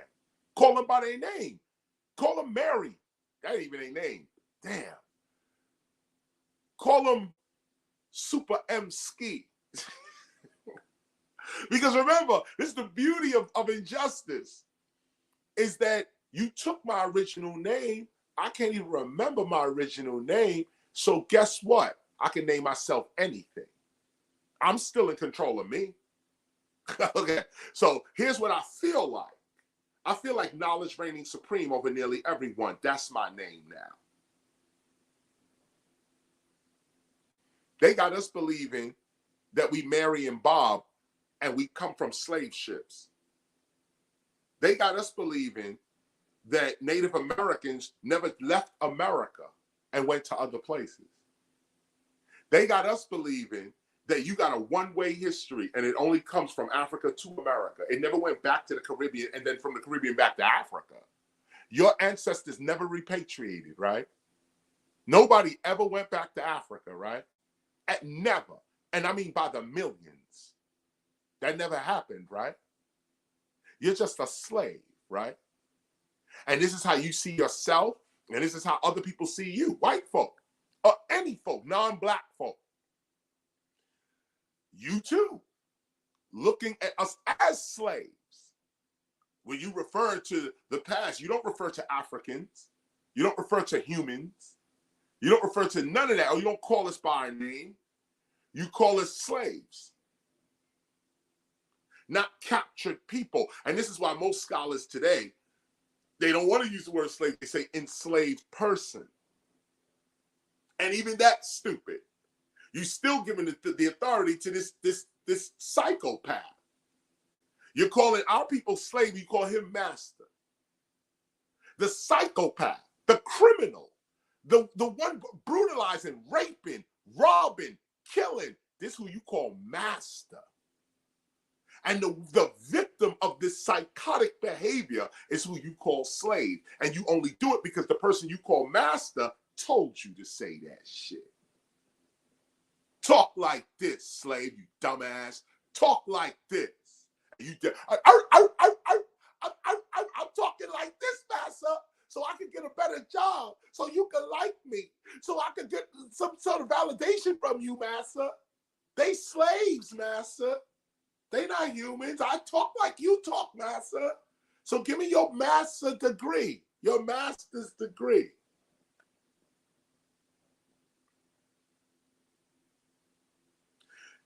I didn't get into this, but the language that we use is oppressing us. And when you come to understand how poetic English language is, especially colonial English language, you begin to look at things a lot differently. It's what we're here to teach. The other side of it. Not just this, but that. What is a driver's license? When we were slaves, when we were Africans captured in these companies, they call them plantations, but this is just early capitalism. When we was part of these companies, well, you know what? This is not the lecture. What's this? Huh? Okay. Yeah, okay. Simone just gave me this. Jermaine Dupri, Fabulous and Bow Wow. Jermaine Dupri, they're playing basketball. That. She just gave me the information on it. It was Jermaine Dupri and Bow Wow and Fabulous. No, you know what? I'm not going to get into this slavery piece because it's not our lesson. That's what I said. It's not our lesson. What I'm trying to show you here is ways of thinking, okay? And like something as simple as a driver's license. You would say, right, a driver's license, but we needed the same kind of credential to leave the plantation. The same credential to travel. You have to be approved to travel. That's colonialism. That's that basic thing right there. I'm controlling your movements, what you eat, what you say, what you wear. And if you can't think outside of that, you become trapped in it. You know, you say, what is a driver's license? It means I have a license to drive my car. But if you understood that the same concept of a driver's license was also on the plantation, you had to have free papers to walk around. You had to have papers from your master to travel from one place to another. If you know the concept of that, you also know that on the plantation there was a slave driver. That's what the term was, overseer or slave driver. And the term was more used, slave driver. Your slave, the one who drives the slave, the one who pushes the African to work, the one who's pushing a human being beyond that human being's limits, working that human being to death. That's called a slave driver. So if you get a driver's license, knowing that it comes out of this tradition of limiting your ability to travel unless you have an approval from a white mainstream, you got to look at this other side. Driver, what does it mean to be a driver? This is a driver's license. You apply it to yourself and say, oh, it applies to me. This is my driver's license. Or on the other hand, this is the license, meaning the permission of the slave driver. This is the driver's license. This is the slave driver's license. It's the same thing with saying, I'm studying for my master's degree. Master's degree? It's obvious. Nothing you're studying is a master of no, you never, even the masters that never mastered anything. It should be called a perfection degree or a degree of completion. What have you mastered? That no education is really to be mastered. You continuously learn. So what is a master's degree? In the context of a tradition that speaks like this: slave driver, overseer, master, slave, servant, serf. You clearly see that tradition, but you cut it off in your own mind because it's too horrible to keep thinking about all day. This is what we're talking about now. Open your eye, your spiritual eye. They call it the third eye. It's really your first eye. These are your second eyes. Your first eye is the mind's eye. That's your first eye, the inner eye, the eye that sees the past, present, and future at the same time. That eye. Time to expand that a little more. And the way in which your inner eye expands is when it's focused on God. You better hear me. You better hear me. When you cannot read and open your first eye, your top eye. The ancestors used to call it your top eye. You can't read. That eye does not read. That eye does not expand by reading. That eye expands when its gaze is on God. When you can see, when your third eye or top eye or first eye, when that eye sees God, it expands. And when it expands, you, your character, what you can do, your abilities, they expand. Turn now to 598 of the gospel. This is what I'm talking about right here. It's funny how soon we forget the conditions we were born, the conditions we were in before hip hop became part of the mainstream. We forgot. That's why the gospel's written, so we don't forget. We seem to have forgotten who we were before that invisible creative force touched the minds of all of us at the same time. Nobody remembers this. That when hip hop first hit, it was a force that hit all of us at the same time. And we all expressed it. In fact, it was so much of a vibration it hit us. We felt the vibration and started going. We started moving our bodies according to the actual vibration itself. Like, get this, okay? We were ticking, popping, boogie, we was electric, we was moonwalking. This is how the energy hit us. And our interpretation of it, all of us, imagine, see, people never gonna tell you how great you are. You gotta know it for yourself. How can something non-physical, an idea too, by the way, hit a whole population at the same time and all these people respond to it in the same way? Try to think about that for a minute. Try to think about that for a minute. What is this thing that hit us? And we all responded to it in the same way. Breaking MC and graffiti on DJing. Beatboxing, fashion, language, knowledge, all of it. And we're all doing the same thing. And we're recognizing each other do it. And this is what's forming the community. You do it too? Yeah, I do that. Yo, we do this. And they do it too. And how are we all doing this? Nobody taught us hip hop. Nobody came and said, today is the day hip hop starts. Nobody said none of that. All of a sudden, one day, we said, boom.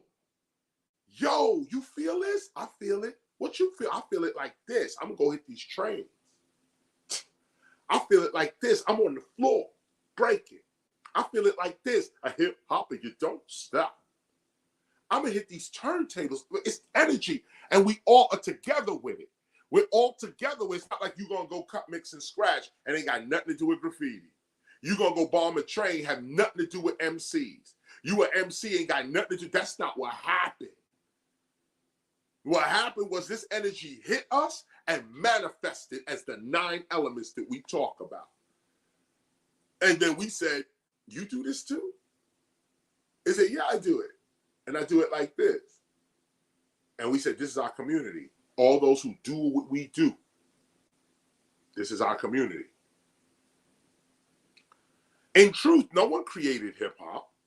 In truth, hip hop created us. Hip hop saved us. And this gospel is a remembrance of that experience. Matter of fact, that's the first highlight because it's explaining what the gospel of hip hop is. Let's go ahead and highlight 3. Highlight 3. In truth, no one created hip hop. In truth, hip hop created us. Hip hop saved us. And this gospel is a remembrance of that experience.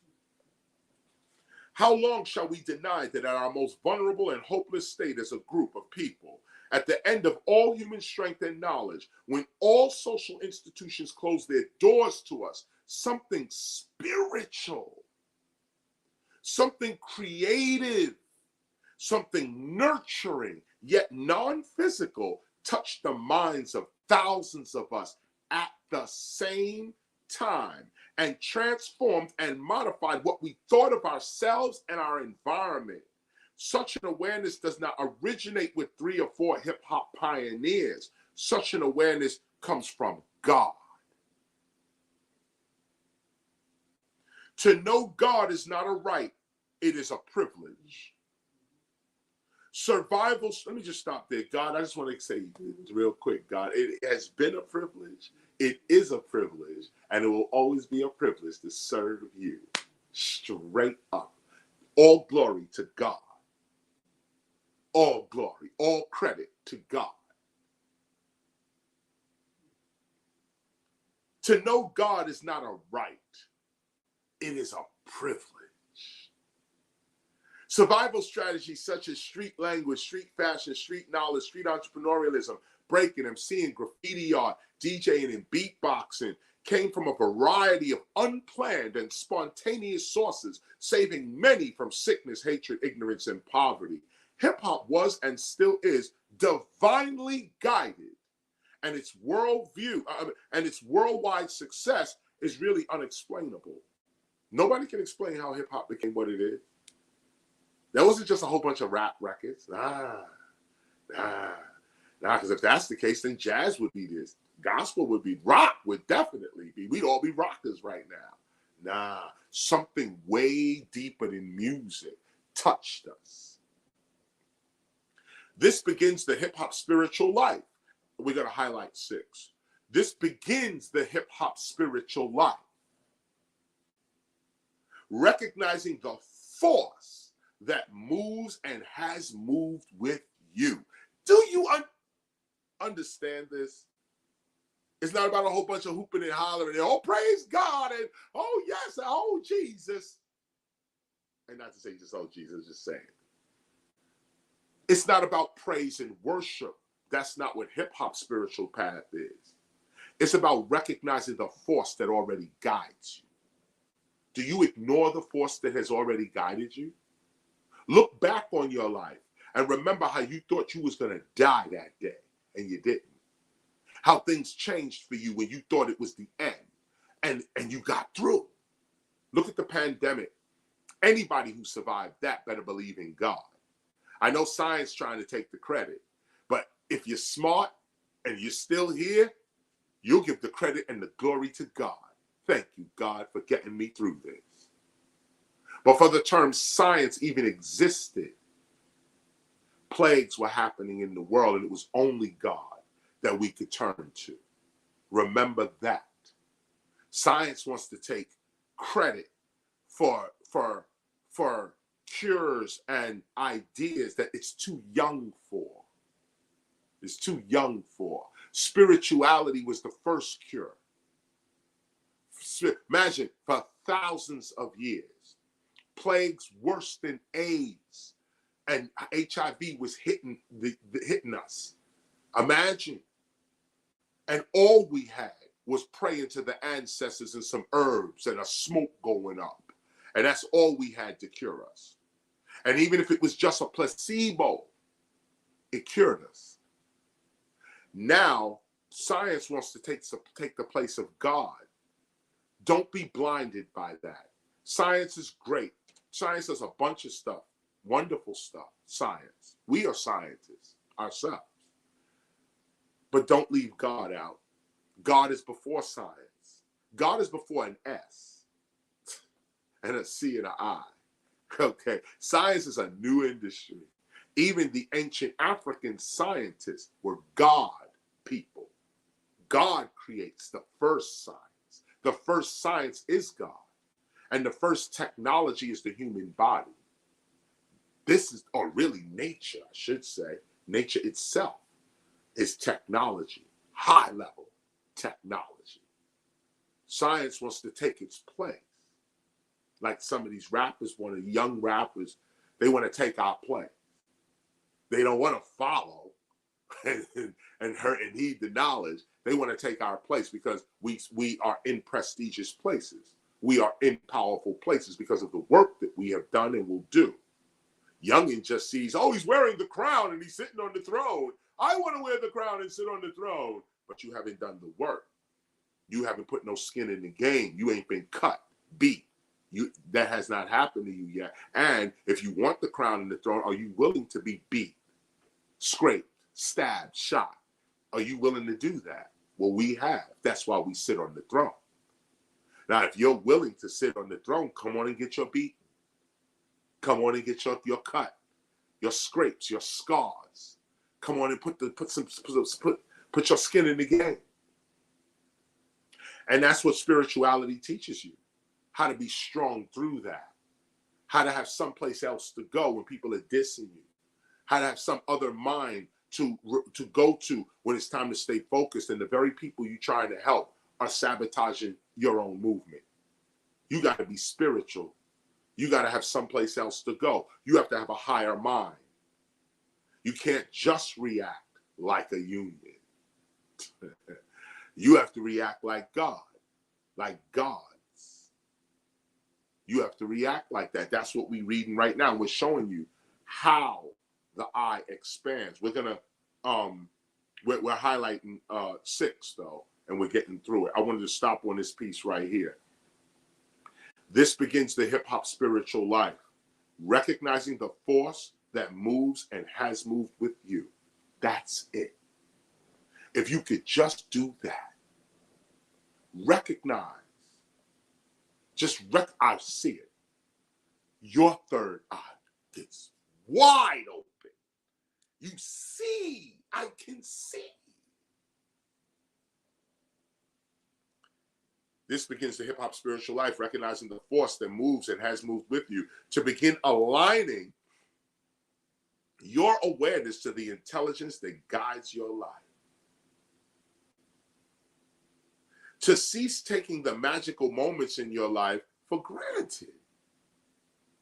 To begin cultivating and caring for that force which inspired those events in your life that happened without your doing or planning. To finally begin to seriously study the force that has guided you, the force that has guided you right here. G-O-D, guiding our direction. This is the center of hip-hop spiritual path. Let's highlight it. We're highlighting the whole paragraph of 6. It's explaining the spiritual path explicitly. You know, the Buddhists talk about getting rid of temptation and desire as part of enlightenment. Christians talk about sin, and this is the beginning of the spiritual life, that Jesus Christ died for your sin, and the blood of Christ cleans me. Jesus is my Lord and Savior. He died for my sins, so I adopt his character and sin no more.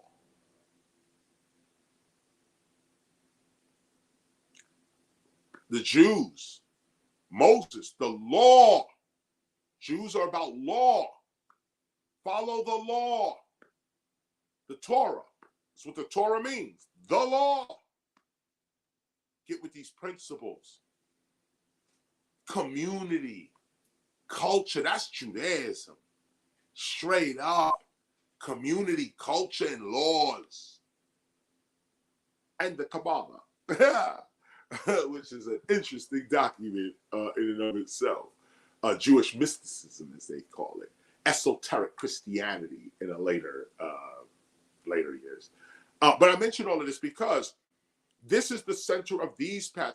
Islam, I can't leave Islam out. Obedience to God. Woo! Obedience to God. Muslim, may you see love in me. May you see love in me. Muslim. This is the center of it right here. This is the center. Yeah, we got books. Sure, we got history. Sure, but can you just tell me in one sentence what you all about? I'm about obedience to God. You ain't got to read nothing else. That's it. Everything about that is that. Okay? I'm about this law in my community. You ain't got to read nothing else. I'm about getting past temptation. and controlling my urges and my desires. You ain't got to read nothing else. I'm about brotherly love, sisterly love, Christians. I'm about faith. I believe on this. It's impossible to please the Christian God without faith.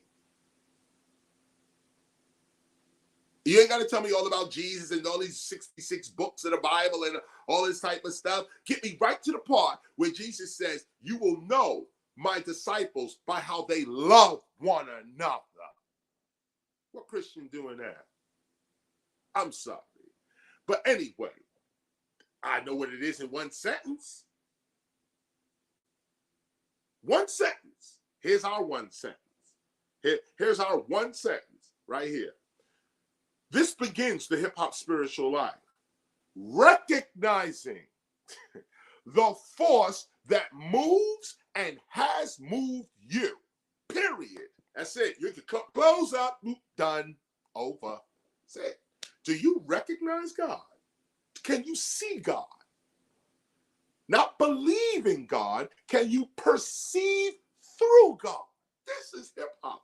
This is the uniqueness of our spirituality. Are you hip to your hop? Do you know why you move?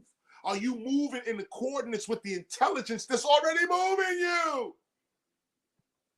Or are you doing your own thing? Contrary to the force that's already moving you. The force that brought your mother and father together. The force that said you're going to be born on this day. Dumb forces. You know, right? The only force you really recognize is the police force. That's the force you recognize. Yeah, we got to do it like this because the police force. But God force, we throw that to the side. And it's God force that will control the police. Okay, so here we go. Okay. Stop taking the magic. Look at this whole paragraph, and I want to make sure you get it. Recognize the force that has moved you. Align your awareness to the intelligence that guides your life. Take the magical moments of your life seriously. Cultivate a caring for the force that's caring for you. Okay? Cultivate a care for the force that's caring for you. And how do you know the force is caring for you? It's that force. It's the force which inspires those events in your life that happen without you doing or planning anything. Without you doing or planning anything, there's things going on in your life, like how you wake up. What's beating? What keeps your heart beating? The intelligence that keeps your heart beating. You ever talk to it? Say, hey, could you keep my heart beating? Or thank you for keeping my heart beating. You're doing a great job, heart. You're doing a great job. You got to get into this. This is how you live. This is how you survive. I talk to my body all the time. I've been talking about it. When we was on the street, I used to tell my body, look, I'm going to get you something to eat. Don't worry about it. And the body would cool, waiting on you to feed it. I developed this relationship. I tell my brain, I need an answer. And the brain gives it to me. Or if the brain doesn't produce the answer, I run into the answer. I'm somewhere not even thinking about it, but I remember I asked this question. And now I run into the answer. This is the hip-hop spiritual life. It may not be everybody else's spiritual life, but let's be clear with what our spiritual, what the experiences of us have been. That's the issue. What has been our spiritual experience? This is going to determine our spiritual path. Not reading a book, not coming up with what I feel it is. No, let's look with our top eye. Let's look at what the experience has been. This is where we're going to get our evidence from. This is where we're going to get our history from. This is what's going to make our path straight. Here's where we're going. God already touched us. And if you could see how God has already touched you, this is the first step on a hip-hop spiritual path. Some people are on a spiritual path and never acknowledge what God already did for them. They enter the spiritual path asking God to do something for me right now. God, I need you for my future. My future don't look so good. God, I need you right now. God, I need a house, a car, da, da, da. No one's saying, God, I thank you for what you already did. I don't need nothing. Thank you. What you already did, God, is enough for me. What you already did. I'm going to praise you for what you did, not for what you can do. This is a different level of spirituality. Most people are praising God for what God can do for me. And God can do it. Give it to God. He'll do it. This is the enslavement of God. Constantly going to God to put God to work for you. Constantly going to God for God to give you something. This is colonial thinking. And hip-hop got to get out of that. Now, of course, we understand the God that hooked us in the past is damn sure the God that's going to hook us in the future. We understand that. But that's not the path. Keep asking God for something. Keep asking. All God is a baby daddy. Not even a baby mama, but a baby daddy. Okay, a male figure who's giving you. This is our perception of God. Even those who claim to have God still perceive God as a white man in the sky. We joke about it all the time here at the temple. We joke about it all the time. We say, can you throw darts at the white Jesus? And it's funny, isn't it? Yeah, the white Jesus. You know that shit's a fake. You know that white Jesus ain't real. Christians. But the real test is for you to put a white Jesus picture on, or the classic picture of the flowing white, blonde hair, blue-eyed white Jesus in a robe. Put it on the wall and throw darts at it. Take a dart and keep throwing it like you would throw it up at a bullseye. Throw darts at it. Can you do that? Can you do that? See, this is where it really hits. This is where it really hits. Right here. This is where it really hits. You can be spiritual all day. Can you throw darts at the white Jesus? And when you throw the dart, how you feel? How you feel? I threw a dart at Jesus. Ah, they got your mind. They got your mind. First of all, we know that picture ain't the picture of Jesus, so you're not throwing no thoughts at Jesus. That's not Jesus. Secondly, there's no J's in Hebrew. So what the fuck is Jesus? What is that? There's no J's in Hebrew. There's no J. There's no J in Latin. It's G. If anything, say Jesus or something. Ja? That's English colonialism. Jesus. That ain't even Yeshua's name. That ain't even the name of the person we're referring to. There's no J's in Hebrew, y'all. So what is a Jesus? A lie. What is a white Jesus? A lie. But even it's a lie. It don't matter. Your education don't matter. It's the culture. You know it's a lie, but you walk slow past that white Jesus, right? You give reference to that white Jesus, right? But sell crack cocaine on Malcolm X Boulevard. Disrespect your brother right in front of the Dr. King poster. Dr. King could be right up on the poster with, I have a dream. You don't feel the same reverence for Dr. King's poster that you feel for the white Jesus. If you really are free, you could throw darts at the white Jesus like I do. And let me also add that Asian Buddha, because Buddha was a black Indian from India. Actually from Africa, but let's give it to India.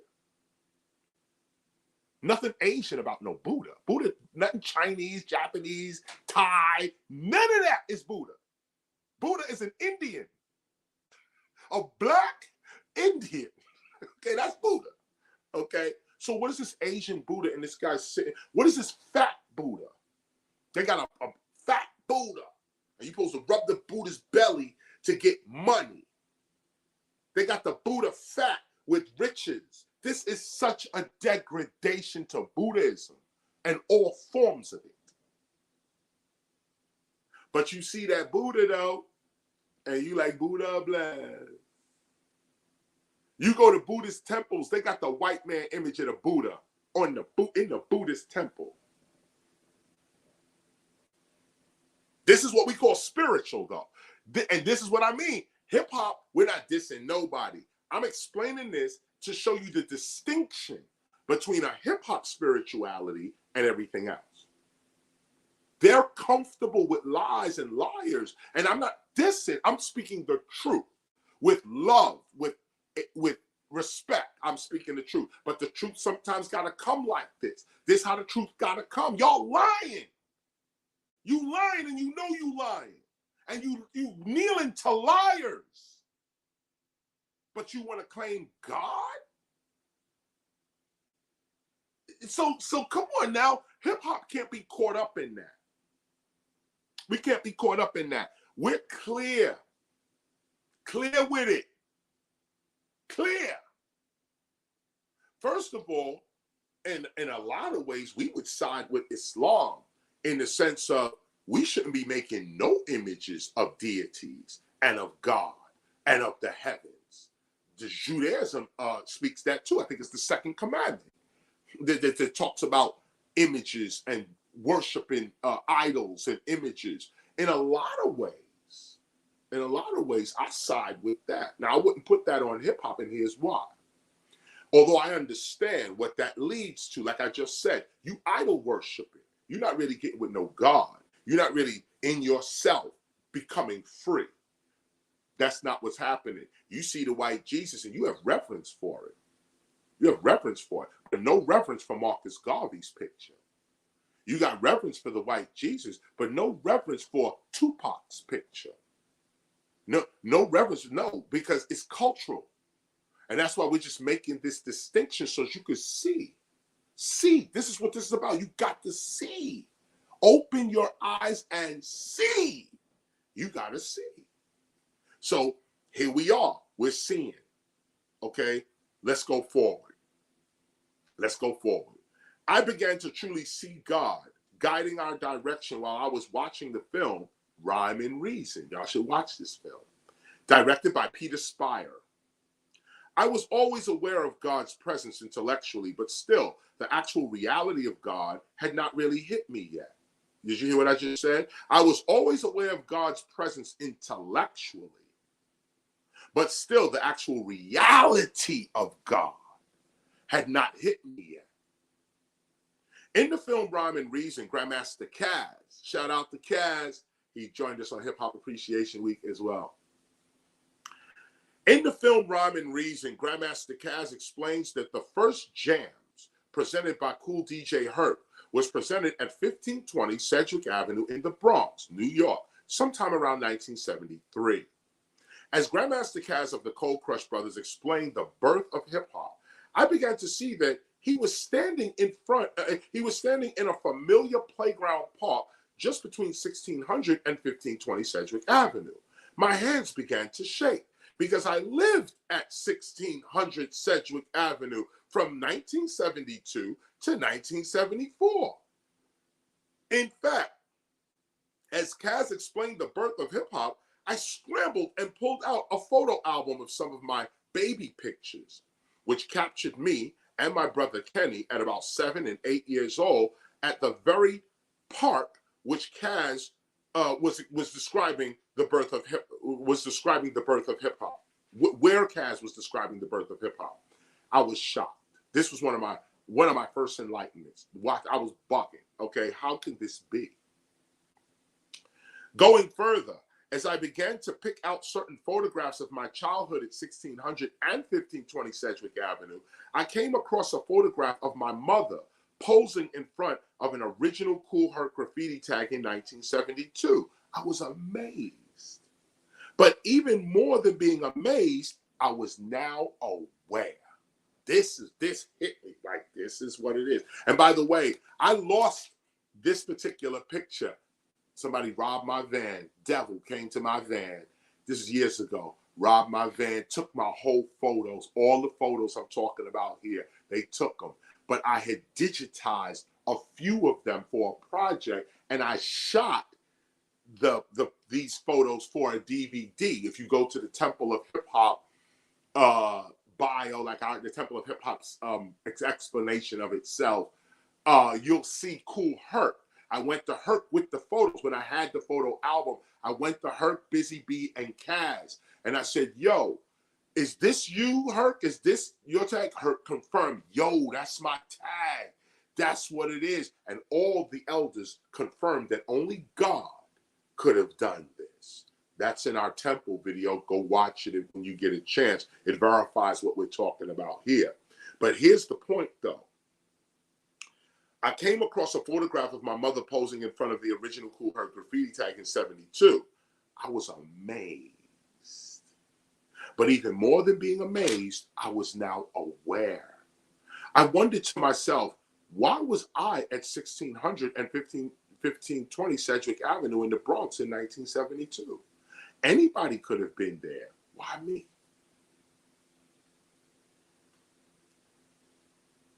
Why KRS?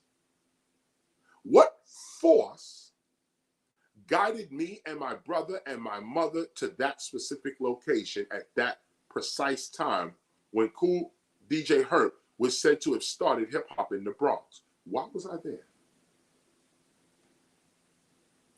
No human hand or mind could have set up. No human hand or mind could have set up such a scenario. In 1972, the term hip hop and my name KRS-ONE did not even exist yet, and no one was aware that Kool Herc was. No one was aware that what Kool Herc was doing would eventually become a $10 billion music industry and urban culture, influencing millions of people through art. In fact, when I asked my mother about her posing in front of Kool Herc's signature tag in 1972, she said that she was just taking a picture. No specific reason for Kool Herc's tag to be in the background. She was just posing for a photograph. 20 years later, however, I'm KRS-ONE, and Kool Herc is the father of hip hop. Who knew? We were just living our lives. My mother was just randomly posing for a photograph and took other photographs of me and Kenny at 1600 and 1520 Sedgwick Avenue in the Bronx.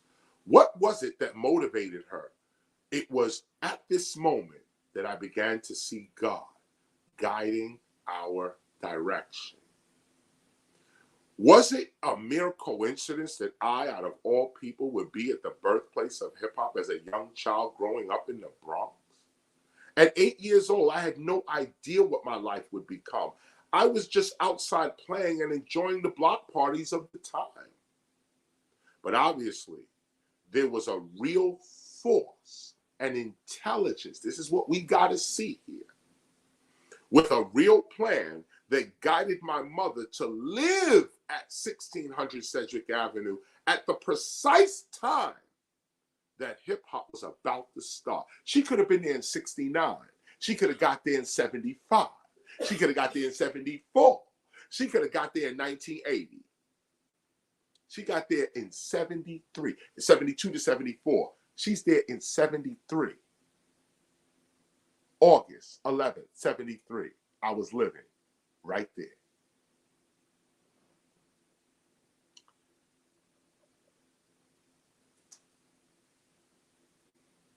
No one could have predicted years later that I would become KRS-ONE, the first self-proclaimed teacher of the hip-hop arts and sciences.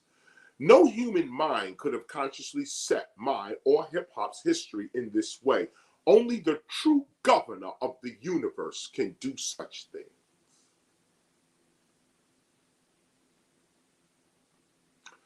These seemingly random events and places that I would frequent as a child turned out to be the very causes of my professional adult life and the birth of hip hop itself. I realized that I was destined for this, destined to be who I am today. At that point, I realized, or rather remembered, my true self. I realized that God is real and I am hip hop. after watching the film Rhyme and Reason, I realized just how real God is and was in my life. I realized how real God is and was in my life, or with my life. Not only in my life, but what God is doing with my life. And I use the very word "my" very lightly here, because the revelation I received after watching Rhyme and Reason showed me that nothing that I have done was actually my or mine. This is the freedom. This is freedom from sin, freedom from guilt, freedom from everything. You didn't do nothing. You didn't do anything. God is the one doing everything. Once you arrive, and this is what the Christ actually meant, that your sins could be forgiven in Christ. Because in Christ, you are a different, you're born again. That's the words that they use. You're born again. You realize that nothing that you is, there's no my and mine. There really is no I. It's all God. That is the I. Is God. God is the I of you. And try to understand, this is what this is. The language that we're speaking can't even really hold the knowledge. So I'm trying to be poetic, and so that we can hold the knowledge, so the language can hold the knowledge. The articulation of the language can't even comprehend or describe what it is we really talking about. You got to go past my words and feel what it is that I'm saying. Again, after watching the film Rhyme and Reason, I realized just how real God is and was in my life, or with my life. And I use the word "my" very lightly here, because the revelation I received after watching Rhyme and Reason showed me that nothing that I have done was actually my or mine. I realized that just as I was unaware of this intelligent force guiding my life in my younger years, I was equally unaware of this same force guiding my life in my older years. I realized that my actions were not exclusively my own. And I immediately humbled myself before the actual presence of God, guiding our direction, which was also God's face. The face of God is not a face like this. You don't see a face. You see events. When you see God's face, you see events, life, circumstances, situations. I could actually see God. I always knew of God's loving presence, but I could never really see and feel the right now presence of God until then. I was embarrassed at my years of stupidity and immaturity. But the forgiveness came immediately after, with the revelation that I had really done nothing at all. In fact, the idea that I actually did something was immature to begin with. Now I began to actually see God, the love that has guided me thus far. I began to pay closer attention to the seemingly random events of my life and how they all added up to my success, guidance, strength, and protection. I began to see how delicate I was and how fragile I was and how helpless and blind I was, and how this force, this intelligence stayed with me for a reason, to get something accomplished. I finally felt the love of God and to whom I belong. I began to know God's love for me more intently, in a more rational, logical sense, not just in a human sense of affection and or respect or trust, but more in a oneness, in a caring sense of dependency, like I was part of God's language or part of God's being. Like we actually depended upon one another to exist. This was the revelation. Like God and I was one thing, and we were depending on each other to exist. I realized that when I made spiritual mistakes, that when I sinned against God's nature, that I was not just, that it was not just as simple as a mistake, that could be corrected with an acknowledgement, I was literally hurting and abandoning the love of my life. I was acting as if God did not love me for real, and this, for God, was like the loss of an innocent child to the streets. But the love that we humans know, beyond the love that we humans know, it was like God was madly in love with me in an urgent, kind of crazy way. Like the way you may love your arm or leg. The urgency of it. And I struggle with my words here because love is not even the right word for the feelings that I felt when I realized that I was actually home with the force. I was home now with the force that sent me into the world with purpose. Like when your mother sends you to the grocery store to pick up some items that the both of you need to survive, and you go in a different direction, spending the money on your own selfish wants. I was actually betraying God. I realized that my disobedience not only made me a thief to my own God-given gifts and an ungrateful son to all of my blessings, but that I was also denying the very reality of my own holiness and purpose.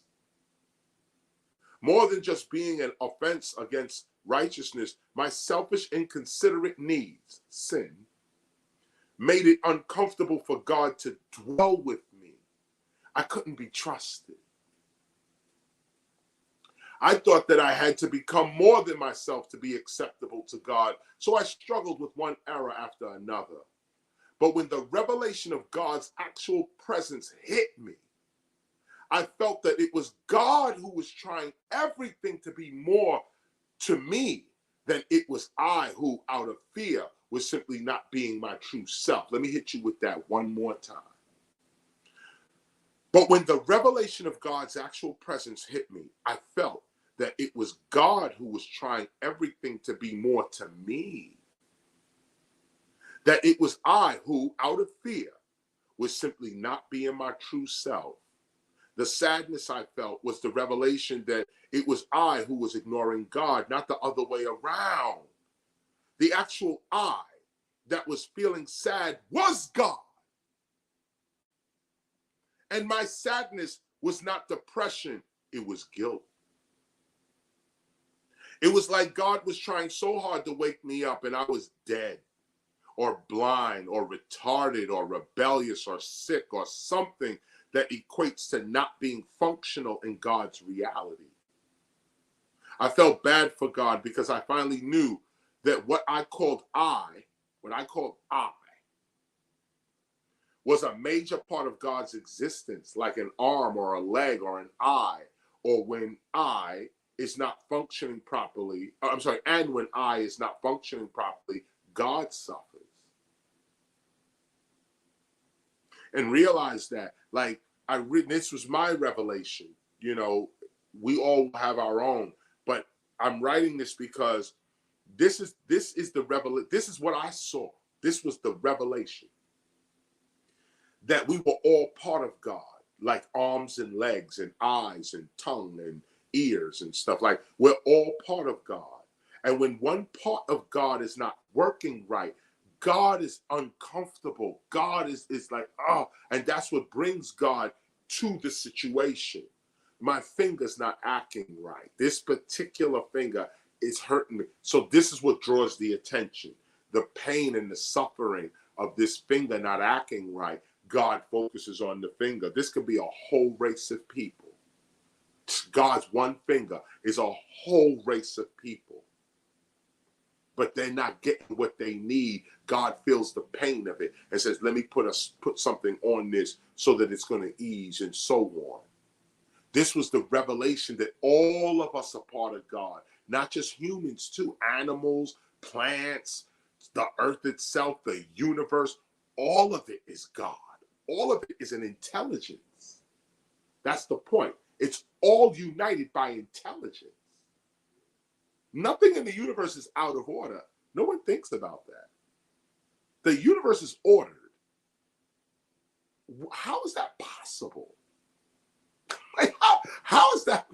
How's the universe ordered? Who's bringing order to the universe? What can we even comprehend? What could be bringing order to the universe?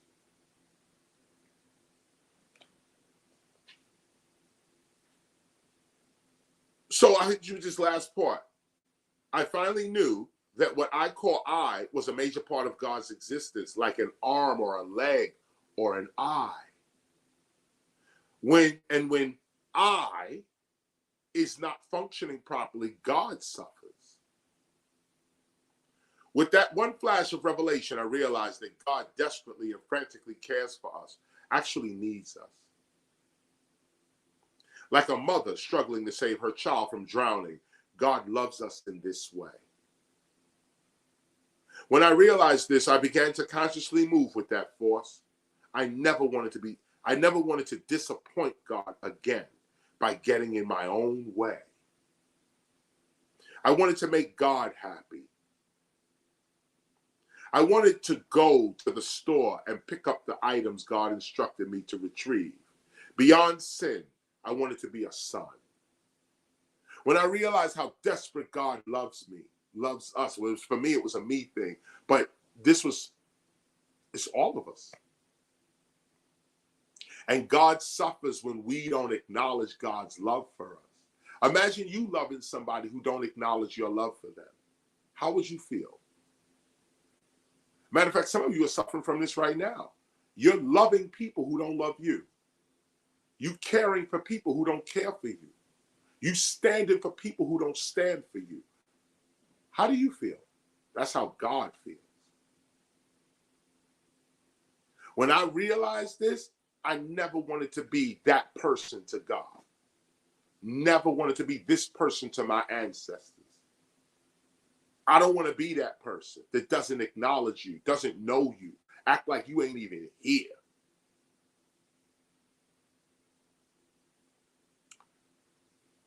From that day, sometime around 1996,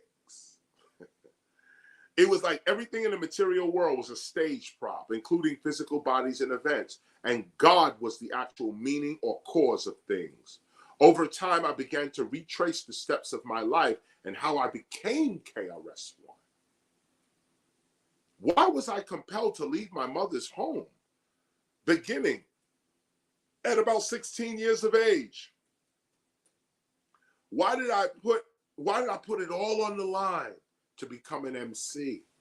And remember, at age 16, 1981, I had not seen the film Rhyme and Reason yet. Hip hop was still new and just getting started commercially, but I knew in my very being who I was and what I came here to do.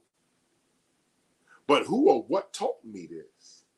What force inspired me in this direction and then protected me until I achieved what I saw of myself in childhood? With no home, no job, no school, no family, no friends, no manager, no producer, no money, no credit, no resources, no organized hip-hop music industry, and very little talent of my own. My only salvation was to place my hopes upon some kind of supernatural breakthrough. I needed a miracle, and that's exactly what I got. Looking back upon my rise to success, truthfully, I did not achieve my goals solely on my own. I did not make KRS-ONE on my own.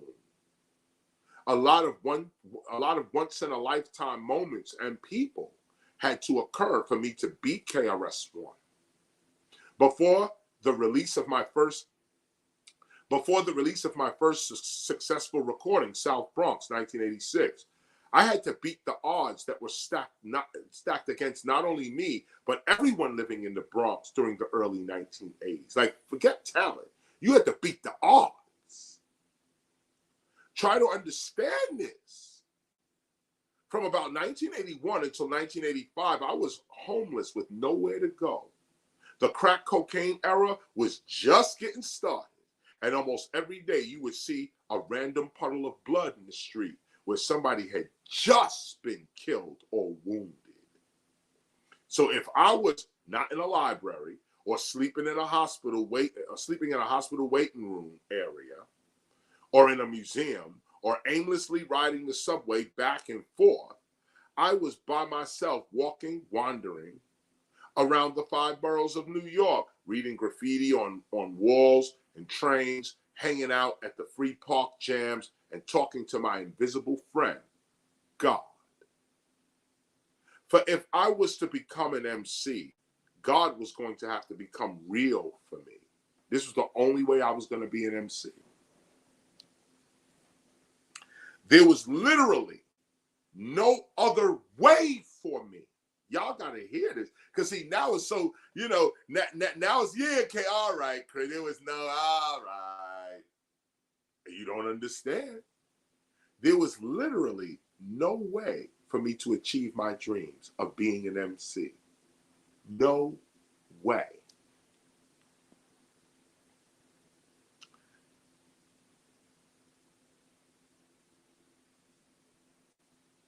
Let me hit this part again. Right. Let me hit this part one more time. I'm on paragraph 31. For if I was to become an MC, God was going to have to become real for me.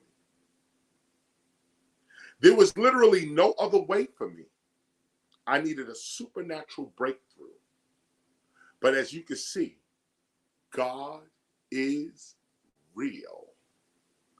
KRS-One, if KRS-One's career means nothing at all, it means that God is truly real. That's all my career means. Though everything, all of it, okay? It means God is real. Not a holy book, not a church or a temple, not even words. It is God and the powerful experience that comes with a union with God that is real. This is what's real. Even though I have participated and contributed greatly to my own success, no doubt, I still can't front.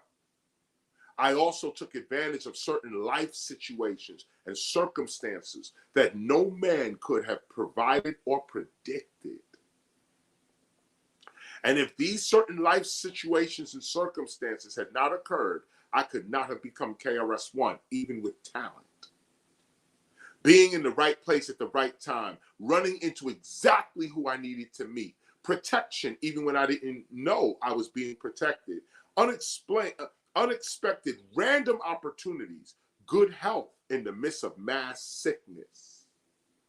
Wow.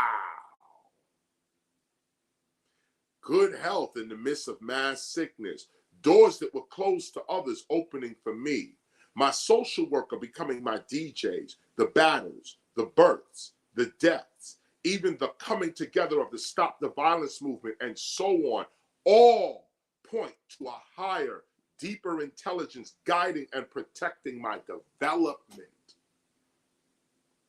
And this is what I've been paying close attention to over the last 22 years of my hip hop experience. It is to this divine mind, intelligence, God, that I owe everything. Everything. That's it. That's my manager, God. That's it. That's who runs my career. Simple and plain, and it's real like that. It's real like that, and it's real because as we read this, you'll find that God's guidance is not easy either. God managing. God is a rap manager. You get perks, but God will take you through some bullshit. You don't even want to deal with God. Why are we over here? Because you got to meet this person, and this person is only over here. Like the guidance, you have to have courage. You got to read. You got to know stuff. You got to be prepared for where God brings you. God is real. And when all you have to survive is God and your dreams, God and your dreams become real in your life. This is also true of hip hop. If hip hop is the center of your life for real, then it is hip hop that shall give you life for real. We're going to highlight this paragraph. With your own perception of your own life as a hip hopper, you create your own specialized reality that is real for you. with real effects in the material world, but is not real for everyone else simply because they do not believe. Can we get that real quick? This is a jewel right here. This is 34, okay? We highlight in 34, paragraph 34, God is real. And when all you have to survive is God and your dreams. This is all I had was God, my invisible friend, and a dream. God and your dreams become real in your life when all you have is God and dream. Then God and dream is all you have. Did you hear what I said? When all you have is God and your vision of yourself, then you're already there. You have God and a vision of yourself.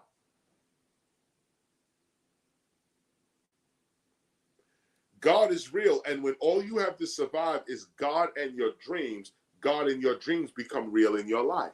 That's a mathematical equation.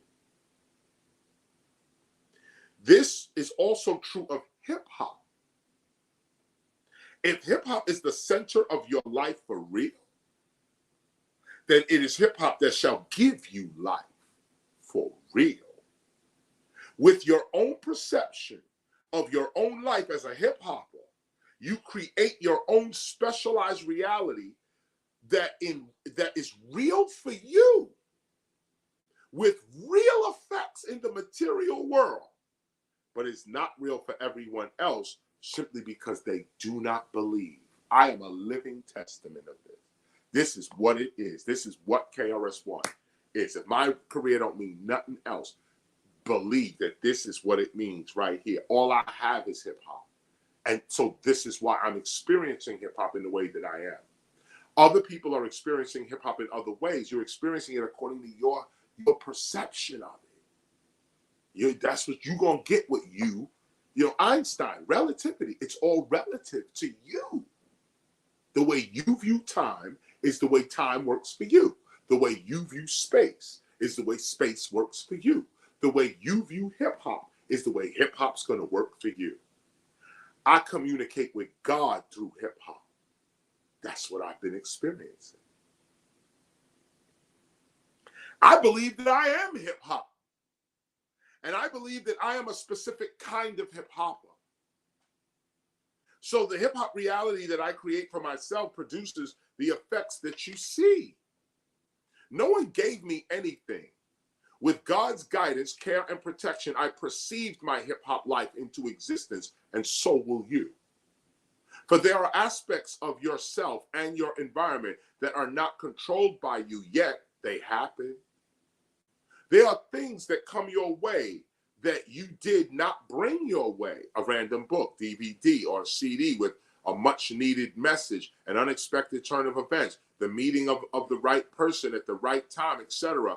These things can all be attracted by your mind. We know this. Thoughts are things. But what is the cause of thought? Thoughts don't become things, but thoughts do become things. But the things that thoughts become still enter an ordered universe. Let me hit you with that again. But what is the cause of thoughts? Thoughts do become things, but the things that thoughts become still enter an ordered universe.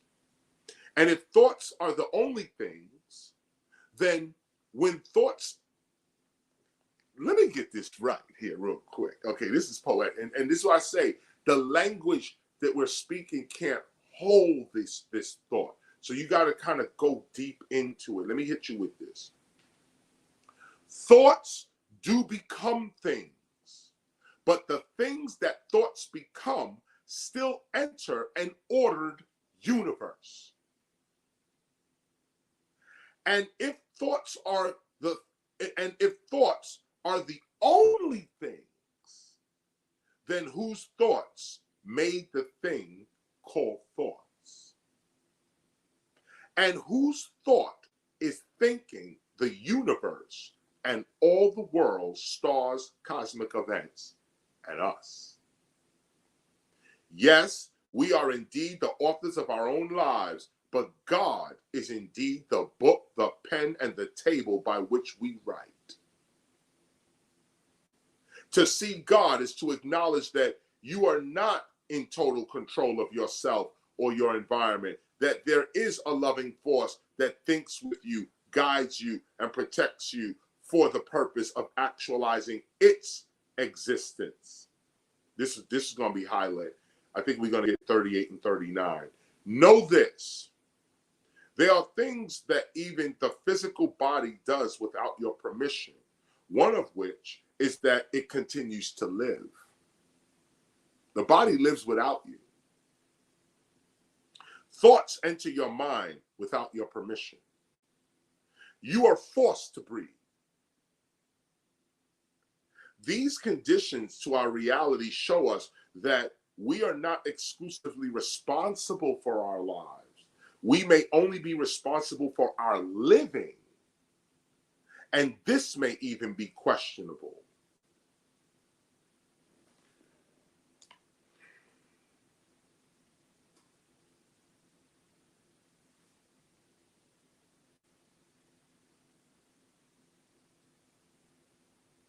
Yes.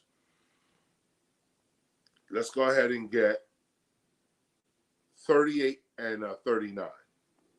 38, and here's why. Because 38 and 39, here's the point here, is that one of the distinctions in the hip-hop spiritual path is that you are not alone. That you got to develop your mind to realize that your life, meaning the circumstances, the situations, the conditions that make up your life, not just your body, but your body and your life, the event of your life is not just yours. That you are sharing your life with divinity. This is what makes you divine. When you really realize, and I mean, realize this. You actually realize that this life is not the only life. Like now, me talking to you right now, this is not the only life. This is not the only thing going on. God is going on right now. That's what's going on, is God. There's an intelligence that needs to have this happen. It needs to have me here and you there.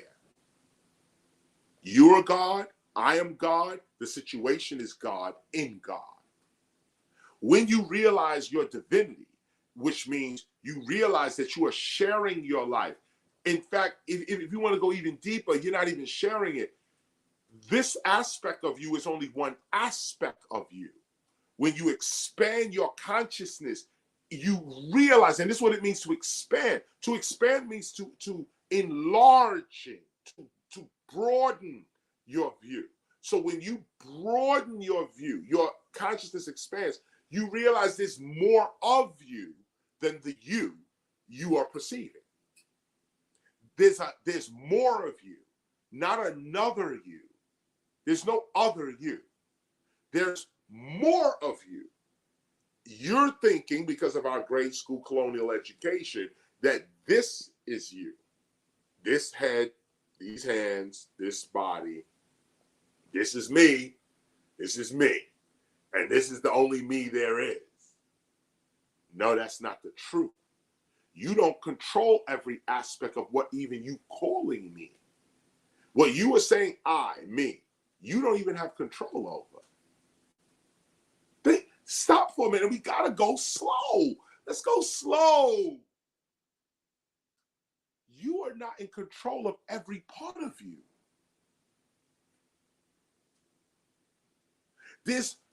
And when you realize that you are not in control of every part of you, your heart beats without you.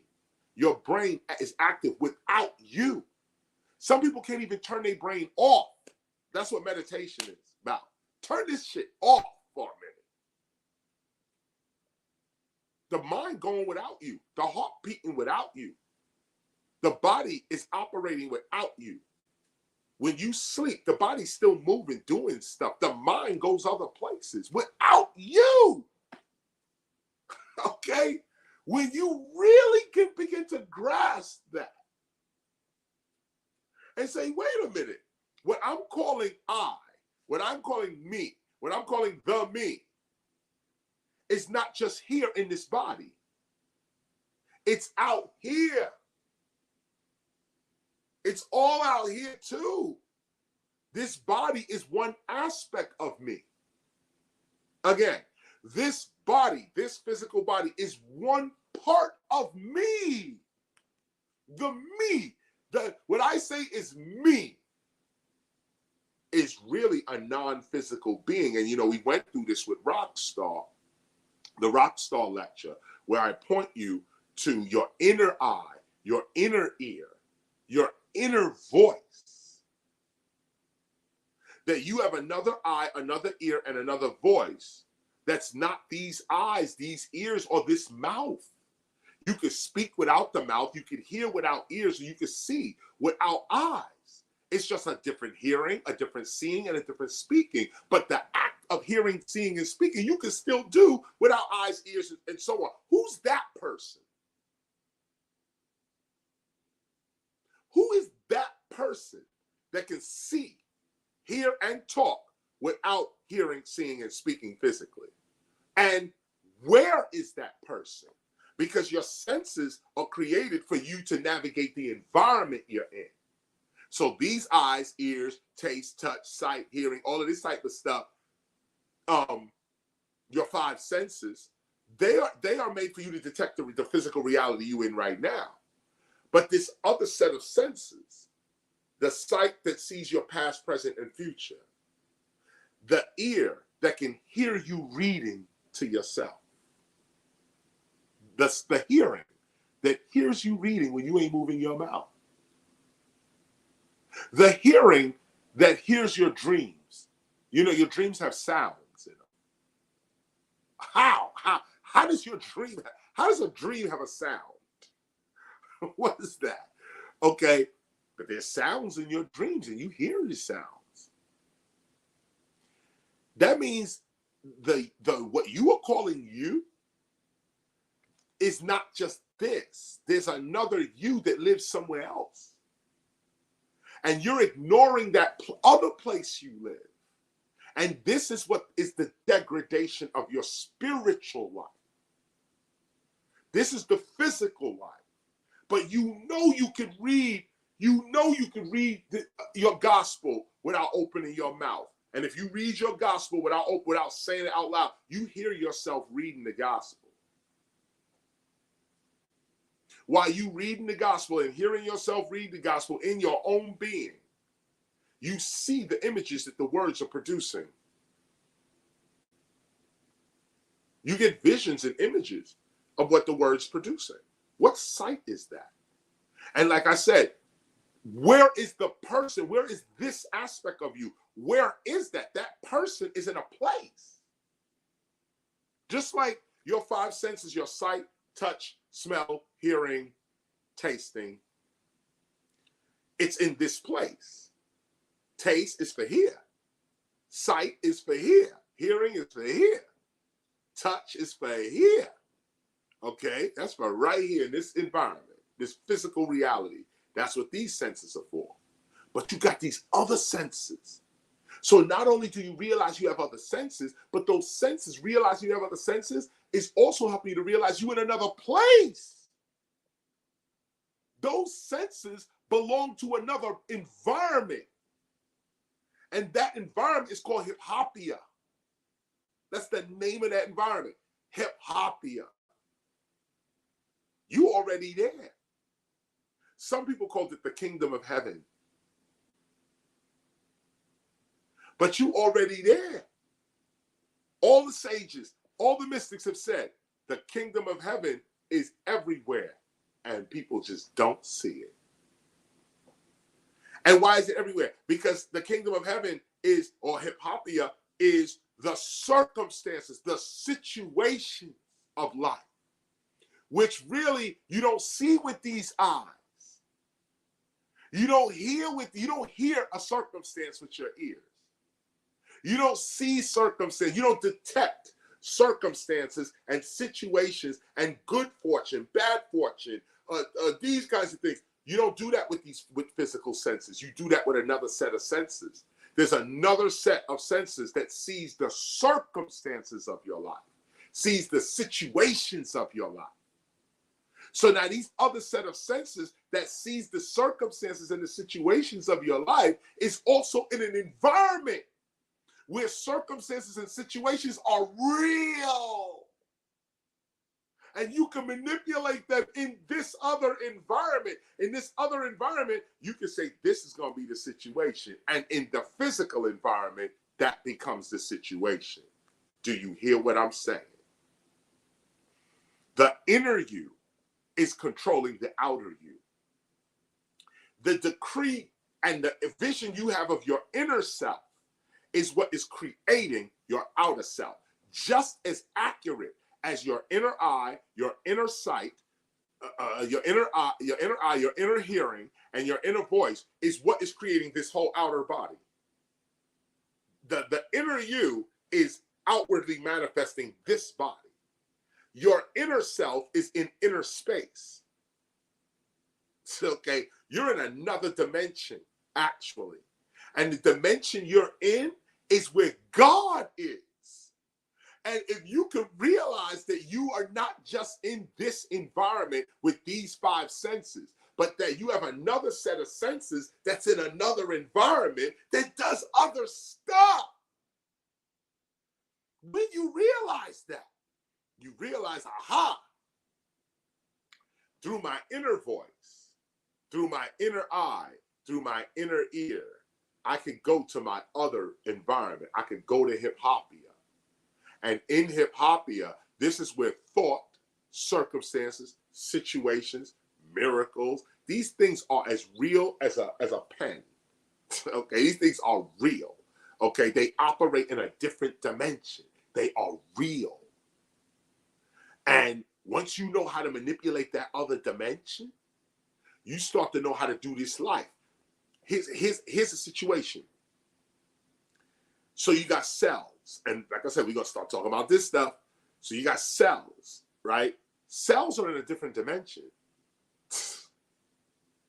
It's only with tools and all types of stuff that we can even see what cells are doing and what bacteria is actually doing. But cells are in a different dimension. They act in a different, they're in a totally different mind state, but they are real.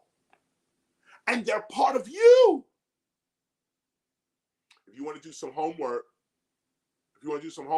check out Dr. Bruce Lipton. Dr. Bruce Lipton. Check out any of his stuff, especially the early stuff. Check out the early stuff with Dr. Bruce Lipton. He talks about the cells and how you can communicate with cells, and that your cellular structure is listening to you, listening to everything, and every mood you have has a chemical reaction. So it's like you don't really feel with your mind, you feel with your chemicals. The chemicals, your biology is what's feeling, which is why it's so important to love and to care and to forgive than to hate and be resentful and all of this. When you're hating, unforgiving, you create chemicals in your body that are that hurt you, that harm you, because hate and unforgiving and resentment and revenge and these things harm you. These things are destructive to the human body. Love, peace, care, forgiveness, mercy. These things are like taking vitamins and lifting weights. These things is like jogging down the block, okay? Love, you gonna win with that. Forgiveness, mercy, justice, you gonna win with that. Wisdom, knowledge, and understanding, you gonna win with that. And not just win intellectually, the chemistry of your body wins with this.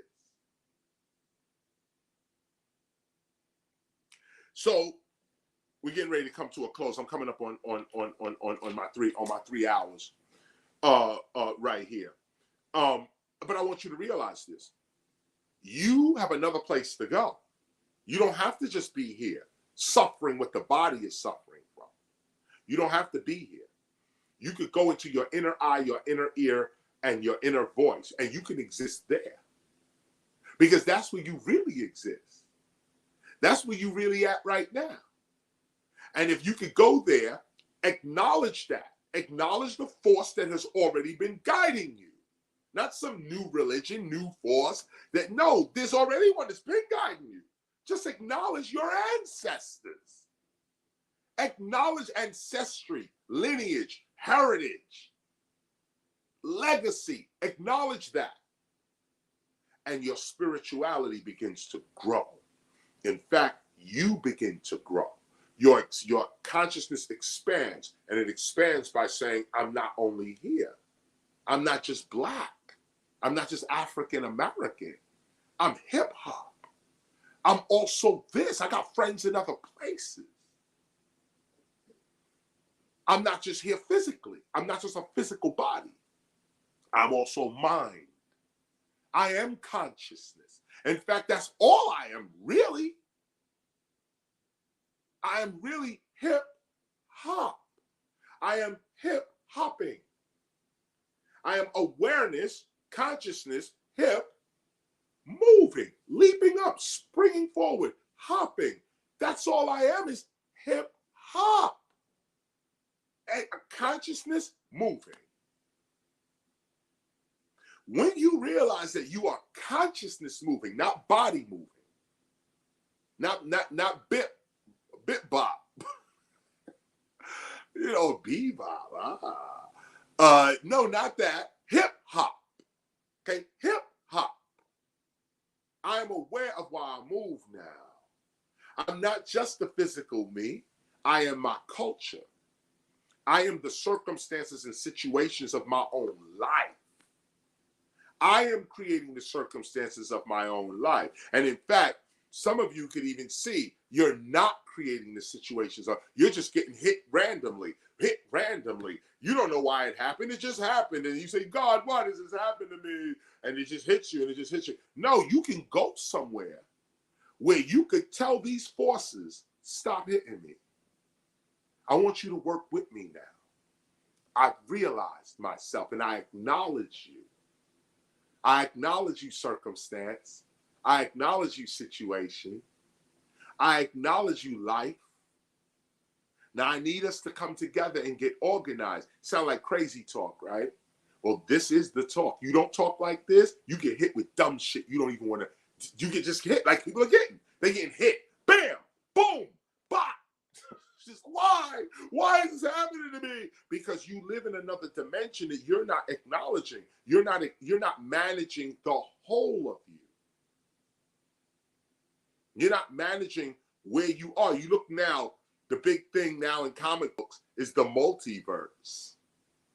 Coming out of the talks of quantum mechanics and I think Brian Greene, The Elegant Universe, this book he wrote, Brian Greene, The Elegant Universe, talked about 17 different dimensions, how this ain't the only one. There's not a universe, it's a multiverse. And one is into one. It's like universes into universes into universes into universes. And they calculated up to 17 different universes. That we are all, there's 17 of you, 17 different situations jumping off, 17. So this multiverse is now what scientists are looking at according to their mathematical calculations.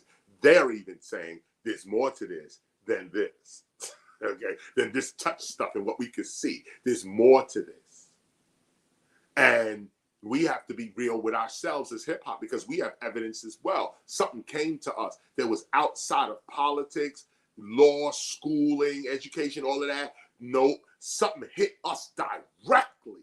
And we all responded to it in the same way. Then we found out later what hit us was us in a divine state. And now I'm KRS-One. This was Rough Riders and Siobhan Dean, and this was Cool Herc, and this was this and that. And what? Who was guiding that process? What intelligence knew why we had to be there and shaped us the whole way?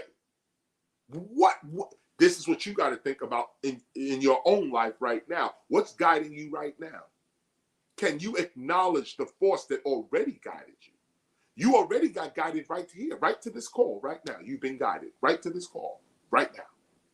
What guided you here? Acknowledge the forces guiding your life.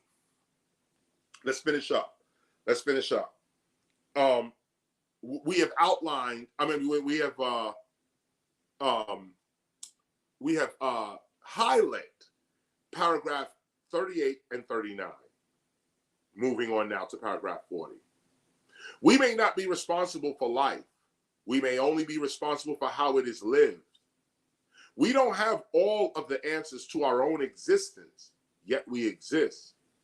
Therefore, some mysterious part of ourselves has the answers to those other parts of us that complete us and is continuing to produce the human experience for a reason, without our consent.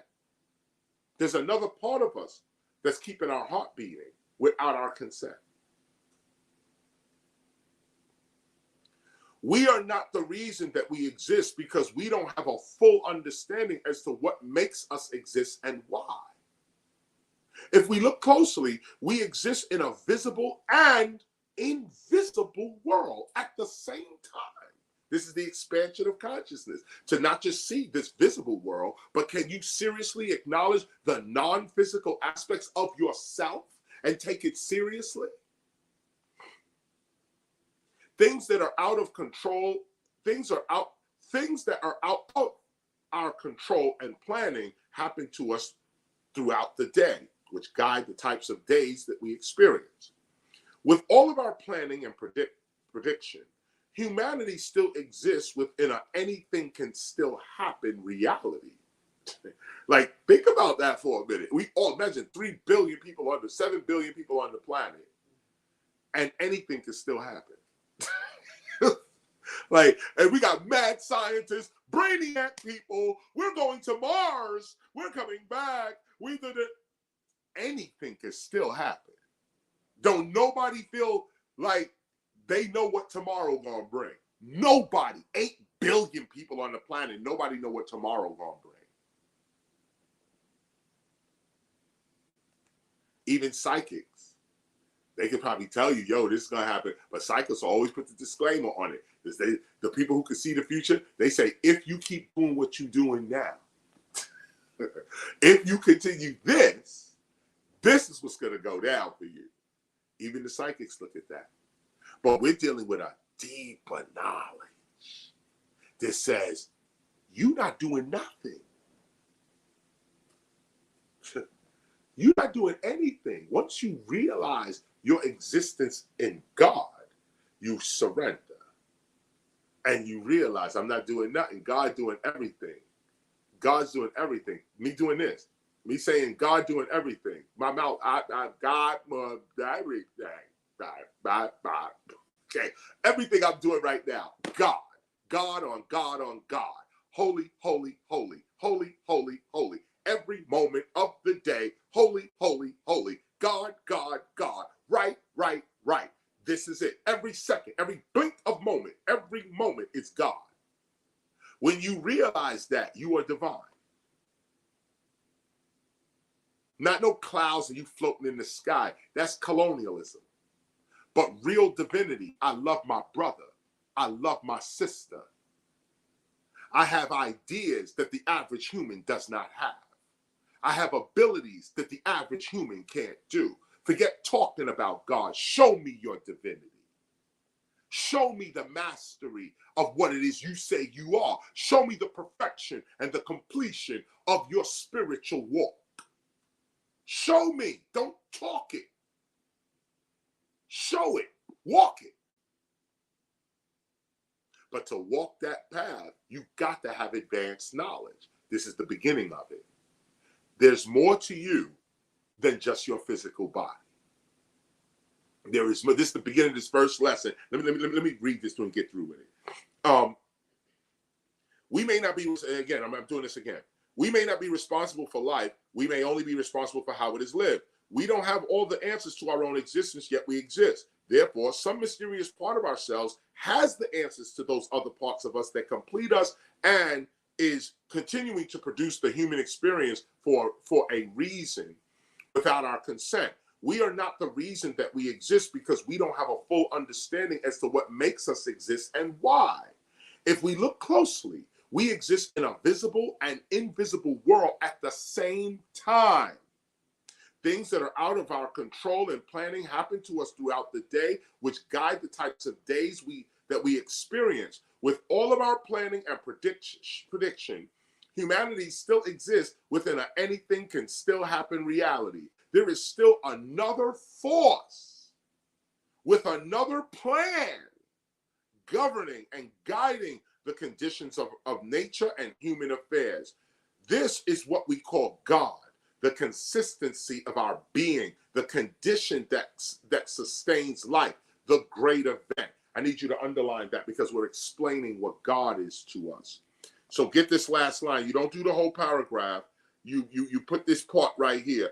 There is still another force with another plan governing and guiding the conditions of nature and human affairs.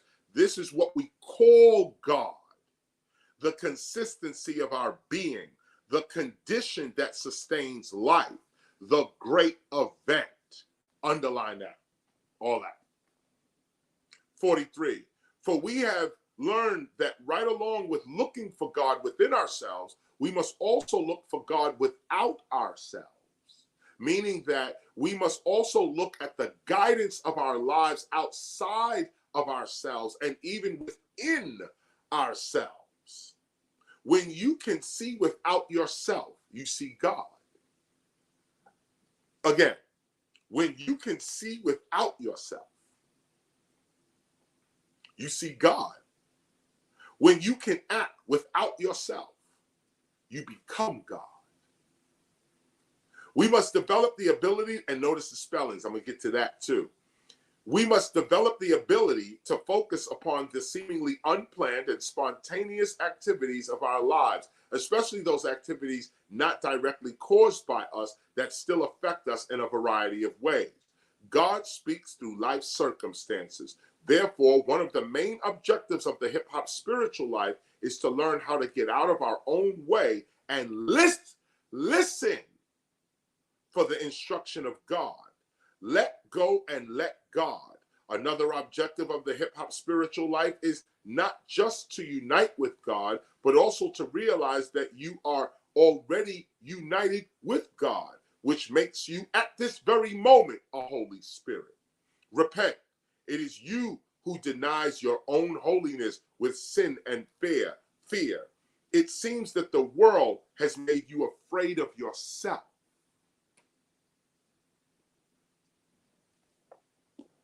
We're underlining that. I'm sorry, we're highlighting the whole 44. The whole paragraph, 44. We're highlighting the whole paragraph. Meditate on this. Stop denying your own holiness just to survive in the world. As a community, we must forever acknowledge the force that has already saved us from sickness, hatred, ignorance, and poverty, and has restored us to health, love, awareness, and wealth. We must stop seeking and studying the Gospels and become them. We must learn to experience the true power of God and not just read about what such an experience holds for us. Our God is a real force, and it is the presence of God, the force that actually brings one's life into peace, power, and prosperity. Feeling that God is actually with you is peace, power, and prosperity. But to get into the presence of God, it is you that must open your eye first, because believe it or not, It is not God who is denying your holiness. It is you who denies God's love. God is already with you right now, but it is you who are afraid of God. It is you who are afraid of God. Presently, many people are blind to their God force because it frightens them. So it is impossible for them to see God because of guilt and fear. They hide themselves from God. Study the spellings of God and God throughout this entire instrument. We're going to highlight this. Study the spellings of God and God throughout this entire instrument closely. For us, God, notice how God is spelled, capital G, lowercase o-d, is what God creates us to be. Did you get that? For us, God, capital G, lowercase o-d, is what God, capital G, capital O, capital D, creates us to be. We are in God, capital O, capital G, capital O, capital D. We are in God, the great mother, the unmanifested source of all energy and matter in the universe, the great event, the inner G. For us, God has no title, name, or location. G, capital G, lowercase o-d, is what we call ourselves. For only God can come from God. Now let's underline that. Let's highlight that.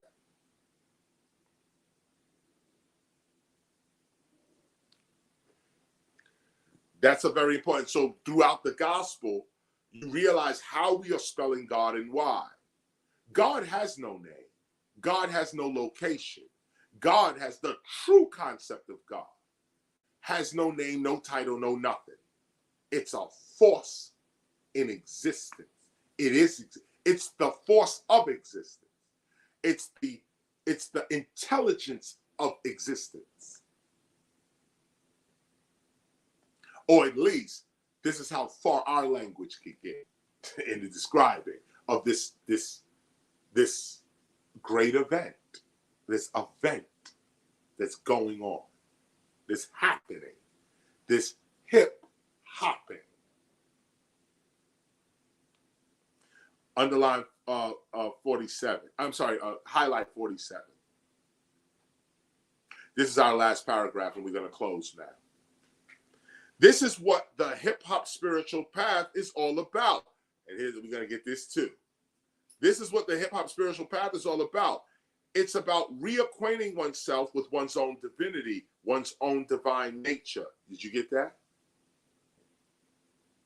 This is what the hip-hop spiritual path is all about. It's about reacquainting oneself with one's own divinity, one's own divine nature. For it is in one's divine nature that one actually communicates with God. God, capital G, lowercase o-d, is a term for our spiritually heightened human awareness. That's what we call God. When we arrive at spiritual enlightenment, we are called God. But God has no name. That concept, God, can't even come close to God, to what we're calling God. This is our name for God. And this is the English name for God. You know, the French name is Don. Don. D-U-E-X, I think, or D-E-U-X. D-U-E-X, something like that. But it's pronounced Don or Do. You know, Spanish probably got another name for God. Germans got a name for God. You know, that's what I'm saying. That's what I'm trying to say. This word, G-O-D, is only a word. It is not God, and it doesn't describe God. And this is what you have to really begin to feel. Really. Can you throw darts at the white Jesus? Because that image is not God. It's not even Yeshua. It's not even referring to whatever the original man may have been. So in your own psychology, can you tear that picture in half? Many of us can't. And this is our first lesson. This is our first spiritual lesson. We're outlining what spirit. Oh, by the way, yeah, highlight 48 as well. 40, 47, and 48 are both highlighted. And this is going to conclude. We're going to come again next week on 49. But this concludes this lesson. And this particular part of the gospel, this lesson, is all about what our spiritual path is. Don't get it twisted. This is what our path is. Others have specifics to their path. And of course, spirituality, the truth is universal. The truth that goes through all religious thought, all spiritual thought bears this kernel of truth in it. But each culture approaches the truth in a certain way. And it is through the culture that God asks you to come to God, through your culture, through your customs, your traditions, your lineage, your heritage. This is how you come to God. Because it is through your heritage that you see God. You look back on your history, your heritage, your lineage, and you say, nah, something got us here. Something guided us here. We didn't do that. What did? Why was this like this? And why did that happen like that? This is what we now have to start to look at. And when you look at that, you're expanding your third eye, your first eye, your top eye. You are expanding that. How do you expand your top eye, your inner eye? You look at God. When you look at God and look for God, and your inner eye expands. The hip-hop spiritual path is going further and saying that no, where your inner eye is also an environment called hip-hopia. That's where circumstances, situations, and conditions, that's where they're at. That's where they reside. And you could talk to these situations because they are intelligent too. Circumstances are intelligent. It's a form of intelligence. That's why you can see it or detect it, because your intelligence is detecting other intelligence. You look at your life circumstances, you're reading it. You're reading the circumstances of your life, because the circumstances of your life is another intelligence. It's a going on. It's a happening. You can go within yourself, enter hip-hopia, and speak to the circumstances of your life. Tell them, I need this to happen, not that. I need this to go down, not that. I want you to do this for me because this is what we need to get this done. Keep me abreast as to what you want done. How do you want me? What is it that you're moving me toward? Am I in right standing with you? Let's work together so that we can get this done. And as you go further, you realize there's no together. There's no work. I am this. I am the circumstances and the situations of my own life. I'm really only talking to myself, really.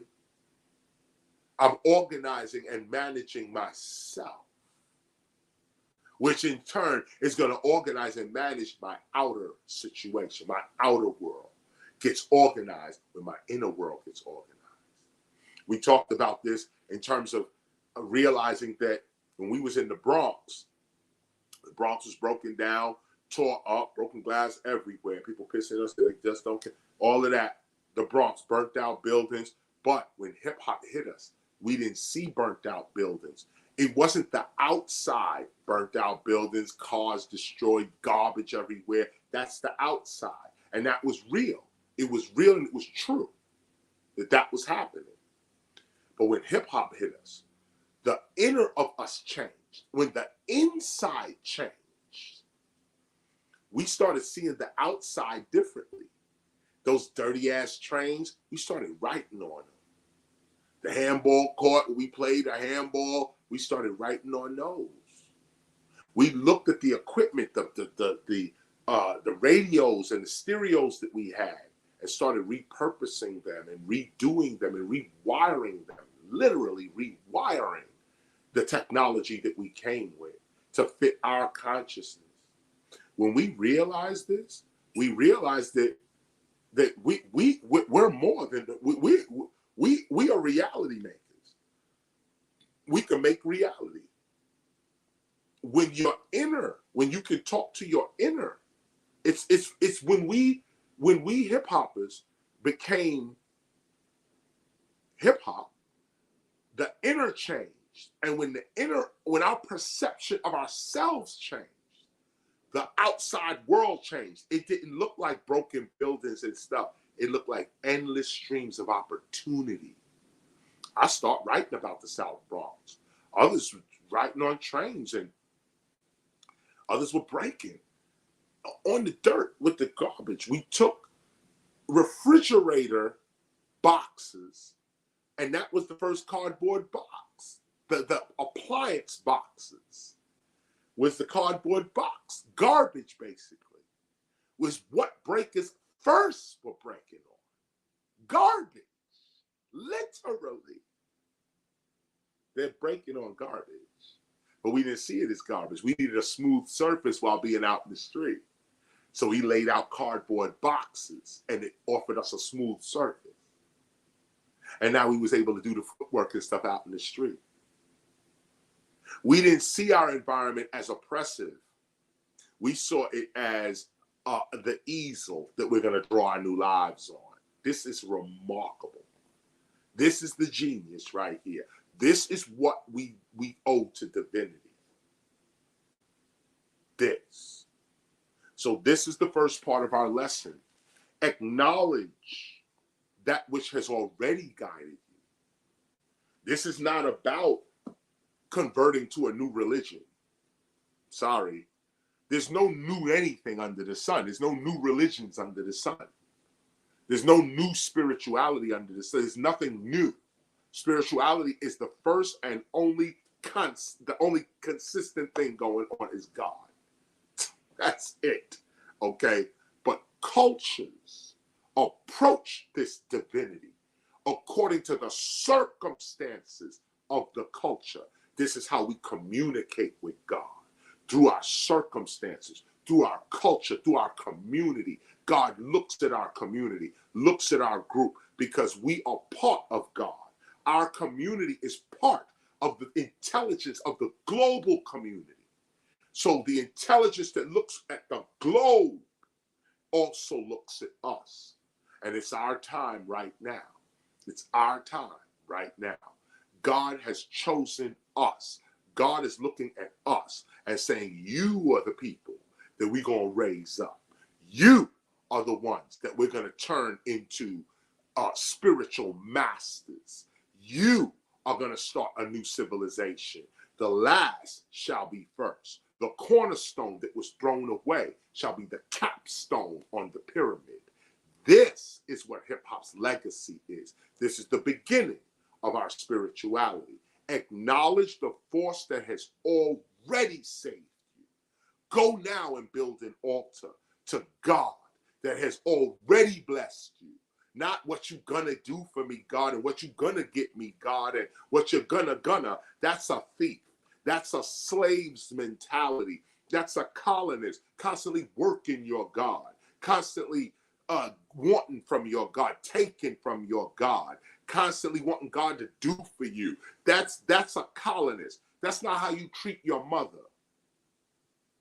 That's not how you treat your father. That's not how you treat a real family member that got your back. You running always your hand in a wallet. That's not how you do it. How you do it is we all working together. God, me, nature, the universe, we all working together. And I understand that you need me like I need you, and we need them like they need us. So let's all play our role. My conscious role is human. I call this thing KRS-ONE. But I ain't here. I'm in hip-hopia with God and my ancestors and the circumstances that sit at the table with us. And we say, this is what we need to have happen. And it happens. This is one of the calls, this is one of the reasons why we have these calls. I told you from the very beginning, this is going to happen, and it happens. I say, that's going to happen, and it happens. Some of it's planning. We say, look, we're going to plan to have a meeting. So we just go plan to have a meeting. But this other part about building our city, it's going to happen. This other part about hip-hop becoming unified, and this corporate exploitation leaving our culture now forever, It's going to happen. It's not my plan. It's God's plan. And how can I say it's God's plan? I'm looking at the circumstances. I'm looking at the situations that I have not planned. I got my hand in it, sure. But there's some other stuff going on that I ain't got nothing to do with. That's part of this movement. I ain't got nothing to do with it. It's just happening. And if you can acknowledge that and align your actions with what is going on, you expand your consciousness, you become divine, and you place your foot on the hip-hop spiritual path. I want to thank y'all for listening and watching me today. I'm here coming up on the 3:30 mark. And we do this every Sunday, y'all know, about 12 o'clock Eastern Standard Time in the United States. We're talking about God. This is the temple of hip hop. We're getting into a serious spirituality, and we're forming distinctions between what our spiritual path is versus everyone else. And we're not saying we're against anything. We hail up all spiritual paths. We're just the latest in spiritual development. We're just the latest in spiritual development. All these other religions and spiritual paths, they had thousands of years to get it together. And many have. Many have. People have found enlightenment in Hinduism, in Christianity, in Judaism, in Buddhism, in Zoroastrianism, in Satanism, in the Wiccan religion. People have found enlightenment in atheism. In fact, all of it, okay, all of it is God. Even atheism. All of it's God. All of it. All of it. And so when you realize that, you realize that there are no problems in life. There are no pressures. The only problem and pressure is you are in your own way. That's what's causing the problems. You're in your own way. Why don't you follow life's outcome willingly, trusting God? But we really don't trust God because God got us on the center of a freeway with cars going by, and he's like, why am I here? I'm gonna get hit by a truck. And if you're afraid, then you get hit by the truck, and then you say you blame God. No, you're gonna have to walk the whole path. And that's what we're here to show you. The whole path is not just physical. The whole path is also this non-physical piece that you're gonna have to begin to acknowledge for real and align your life with the non-physical aspect of yourself. Of yourself. Not something outside of you. Now you got to pray to something outside of you. No, just say the word hip hop to yourself. Say the word hip hop to yourself. Don't use your mouth. Just say it to yourself. And when you say it and you hear yourself saying it, also think about what you saw when you said that. Your eye didn't see it, your mouth didn't say it, and your ears didn't hear it. So how you saying, speaking, and hearing? This is the beginning of the hip hop path. This is the beginning of it. You have someplace else to go, and it's called hip-hopia, and you ain't got to die to get there either. You're already there. You just have to expand your awareness to realize there's more to me than just this physical body. I'll see you guys next week. I got work to do this week. We're getting to it. And so thank you, all of you, for being part of this call. And Son One, you could take it over from here. I'm going to be out. KRS-ONE. This is what it is. Yes, indeed. There it is, Raji. Peace to the God. Peace to the God. So peace, everyone. Hold on, let me do this. So we're talking about God. There's really not much to say besides reiterating much of what Teacher talked about, but I do want to focus on certain aspects of this. Now, as we get into this concentrated study of our perception of what God is, how God is, in our lives today, I could say that personally, before this came into existence, that there was a feeling that this needed to come into existence, that a clearer explanation of what God is, how God is, who God is needed to exist. Now, to me, the miracle became that our teacher created this, or through him, it was created. And again, at the same time that I was feeling, and it must have not have just been me feeling this, it is probably hip hop itself was feeling that no, something or these other spiritualities, they just don't match me. They don't match my experience. They don't match the fact that I can feel God, and that I do feel God is with me. And not only is God with me, but I feel like God is making me in that sense.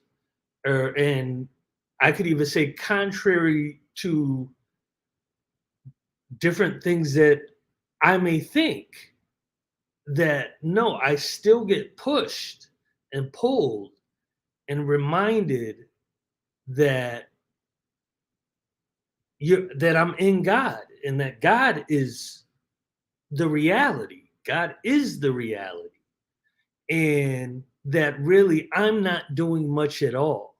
Now, I know this, it becomes hard for a person to relinquish that freedom, or what I would call the illusion of free will. That no, I'm making this decision to do this, and this is why it's being done, and this, that, and the third. But as teacher was talking, now there's a statement in the gospel which we've gone over a couple of times, which says we are God's, and in the sense of or spelt out, it's we are God's, God''. Otherwise, we belong to God. God is the reason we exist, and without God, you don't exist, or that's the only way for you to exist.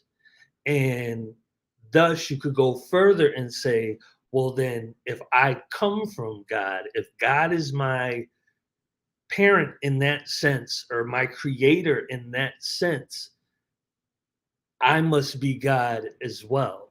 So God creates God, just like a mother or a humans give birth to other humans. We don't give birth to birds. We don't give birth to cows. A human begets a human. So God begets a God. And to say that, okay, well, I don't like that, would be like saying, well, I don't like the fact that my parents ever even got together. And made me exist in this realm or reality without my permission.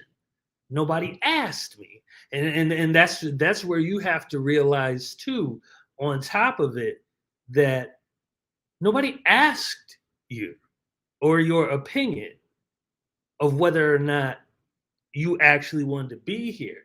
And now there's also, and these are high philosophical thoughts that many sages in time have gone over, where no, there's an argument that no, that place that you do exist, that's not physical, in what we call a hypopia, that you actually were asked, and that everything was already laid out for you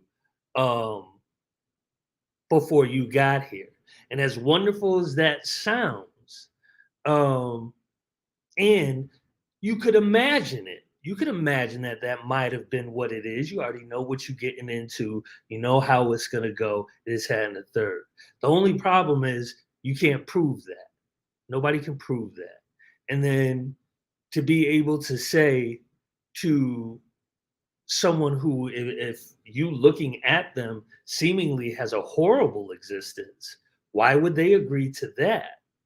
Or unless it was, no, this is what helps make everything perfect, that then, okay, I'll be born to just be hit by a car.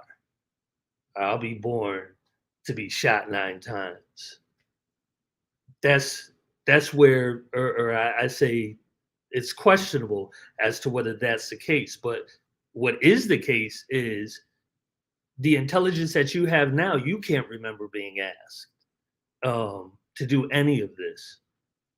And yet, when you have certain experiences like Teacher has had with his life, I know I've had with my life, I'd imagine you've had with your life, seeing as you're here, that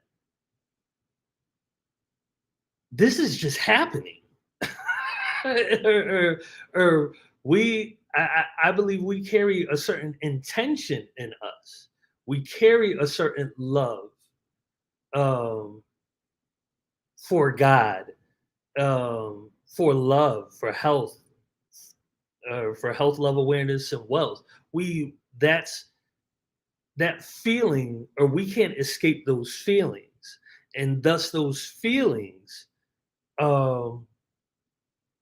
guide us in a certain way. But the question is, how come those feelings are so much for me and not for another person? Why is it I love my brother in this way, but my brother doesn't love me back in the same way? That's where I would say that when you're looking at God and the fact that God, or if you jump to where the fact of, no, you're not really in control at all, and that God is orchestrating this whole thing, is what's making everything line up so perfectly. And that's where, no, some people would have an argument and say, no, this is not perfect, or I don't see the perfectness in it. But you have to really analyze almost every situation in your life to be able to see it, and I guess technically have a favorable outcome to be thankful for it. But we know that there are those that are not, are having that same realization. But as these things align, or that we could see, I couldn't help but notice when Teacher read it is God and the powerful experience that comes with a union with God that is real. Now, that wouldn't have stood out, or if there wasn't a union on the table right now, and not just or like brand new, and to simultaneously line up with, again, this very teaching in which we're trying to make you aware.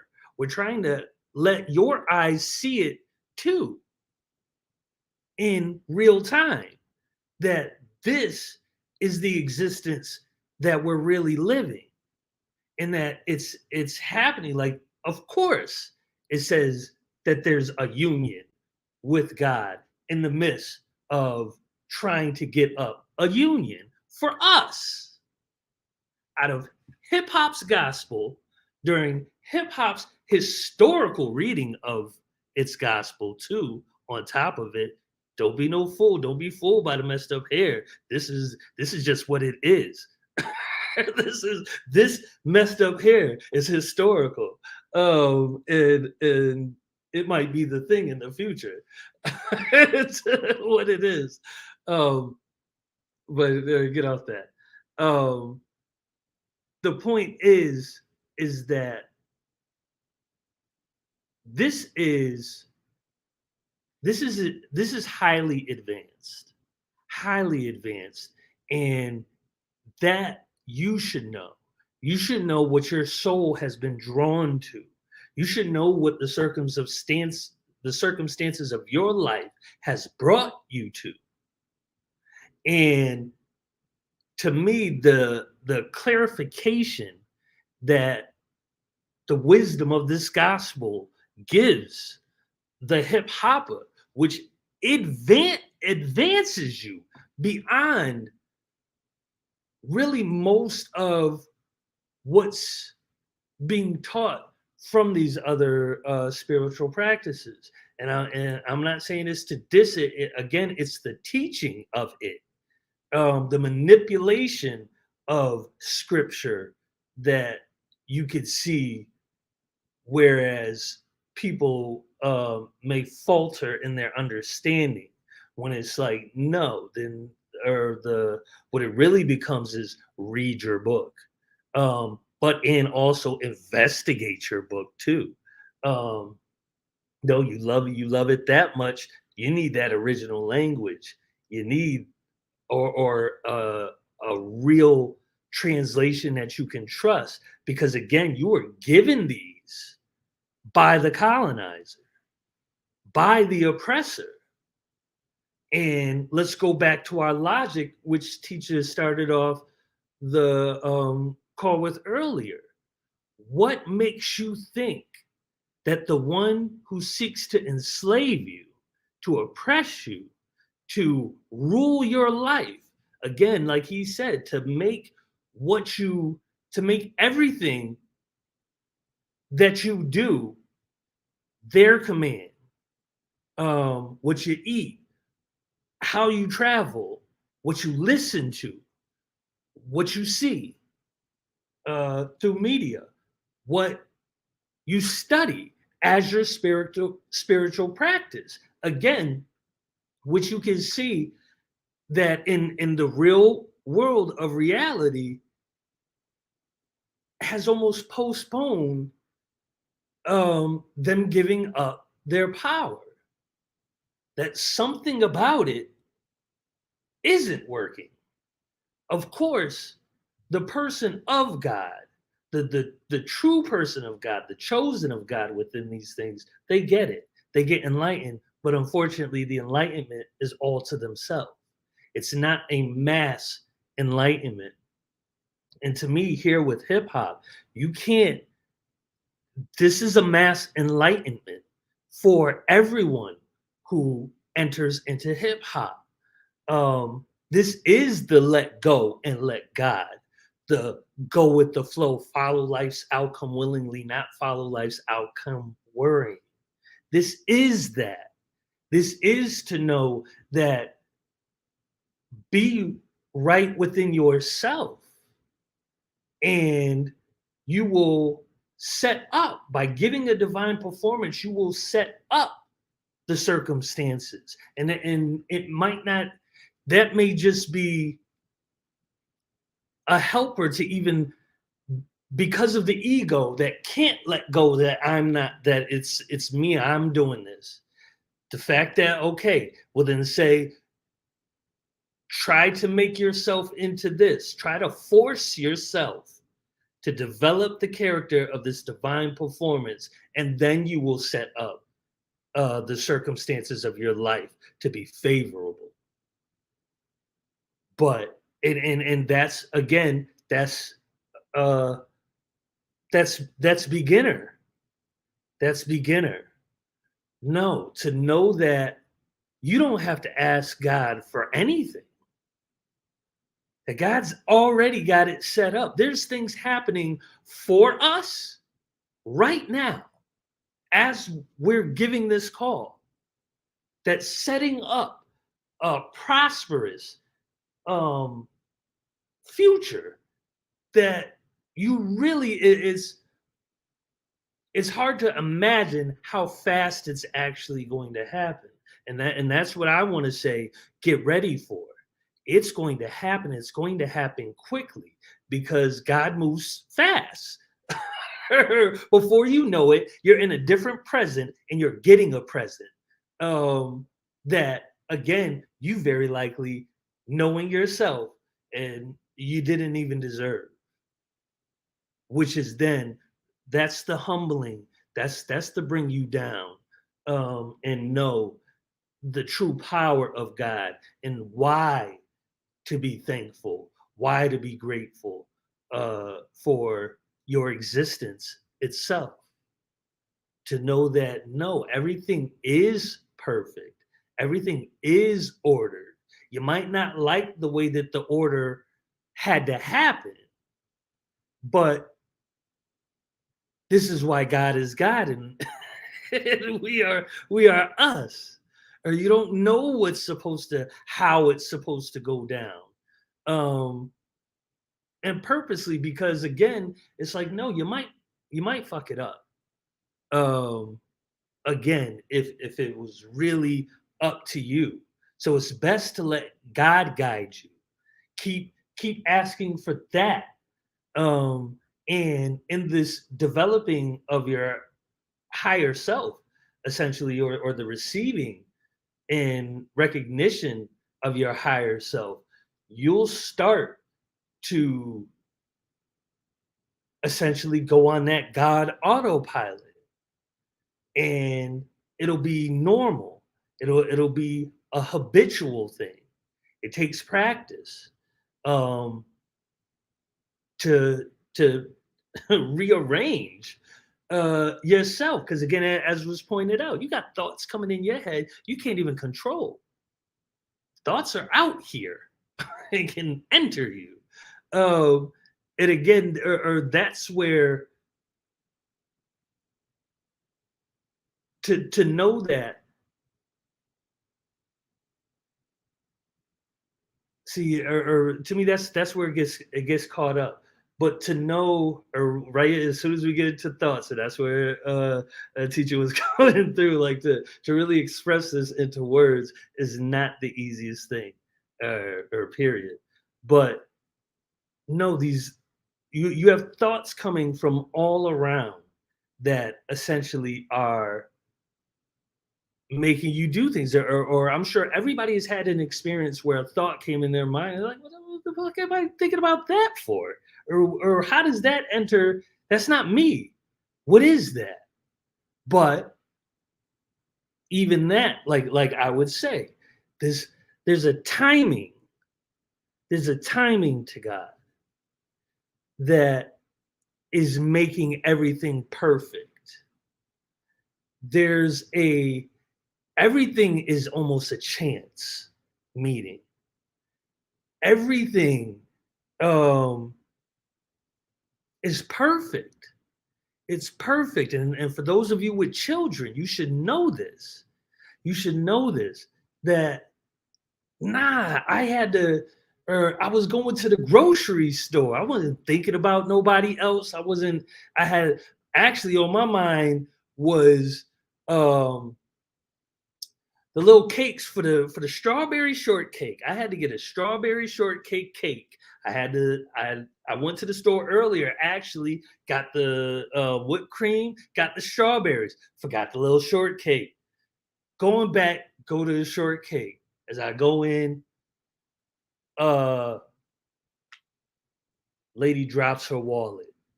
Pick up the wallet. Excuse me, miss, you dropped this. That ends up making whole families, whole lineages. You imagine back in the day, or in ancient times, it was no, by you walking by or just going somewhere, and the teepee fell apart, or right there, you was the only one there, and you help fix, and this ends up being the line of Davis or the line of Parker, that we end up getting into this specific time at this time. This is how perfect it was and has always been and will always be. So it's to say that don't get caught up in the disasters, or what we perceive as disasters, what we perceive as things that are wrong. And sure, they're gonna affect you. You're human. It's part of you. It's part of your body to react, to feel a sadness for the loss of life, for disease, for all of this. Know that that's normal. You may never be able to escape that fully. There's always something about us that we have compassion. We're compassionate beings in that sense. So to get away from those feelings may not be all the way possible. You might be able to control your outward emotion, but no, inside, even just hearing about somebody you don't even know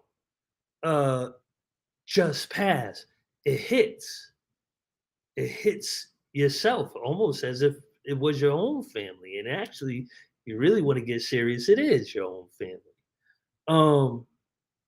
So when going through all this, just know that you have to know that it is true that God is planning, and the ultimate planner and the ultimate guider and the perfect guider, the perfect planner that makes everything right. If you notice, there's a sickness in some beings that want to destroy all of it. They wish they could destroy all of it, but even with everything that they have, for whatever reason, they still can't seem to do it. Like, and I equate this to the people going in and shooting up places, and is that you just want to destroy, you just want to kill. These things exist, but in a higher sense, you have no idea. You just don't know, and you won't know. And this is where you have to give it up to God. That some things will always be beyond our understanding. This is a huge leap for mankind. Forget the moon. This hip hop, that was a huge leap for mankind to be able to get out of, again, what this colonial system has set up. Every way that they've set up, this is pretty much the complete opposite. The complete opposite. And to know that the right people were there at the time of its inception. To know that, or for those of you who saw Tony Tone at the Pioneer Dinner, when he was describing what they were doing in order to take certain things out, in order to hook these systems up and this, that, and the third, they weren't supposed to know that. They didn't, or he didn't go to college to know, or technical school to know how to put this stuff together. Again, this is where we look at what intelligence says, no, I know the exact person. He's in the right spot. He's going to be able to do it. And not only just him, and there are others of him, all the same too. They all have this same knowledge, again, that they weren't taught. That's what you got to keep in mind. We weren't taught hip hop. They were not taught hip hop. They were hip hop, and thus did everything that hip hop needed in order to be. You are the same way. It's not that you need to be taught this, you are it. But there may be other things that are still from your colonial indoctrination because you had to, or you went through it if you're in this society that you may need to let go. I don't need anything else besides this. I don't need, like, this is God is real. That's what I need, and I know it. I've experienced it. I've lived it. This is the truth of hip hop. And if you can explain how the majority of the people that even TEACHA attracted in order to do stop the violence, heal, the temple of hip hop, the hip hop declaration of peace, the gospel of hip hop. No, it was always this type of person. And it wasn't just a person who just wanted to do an element.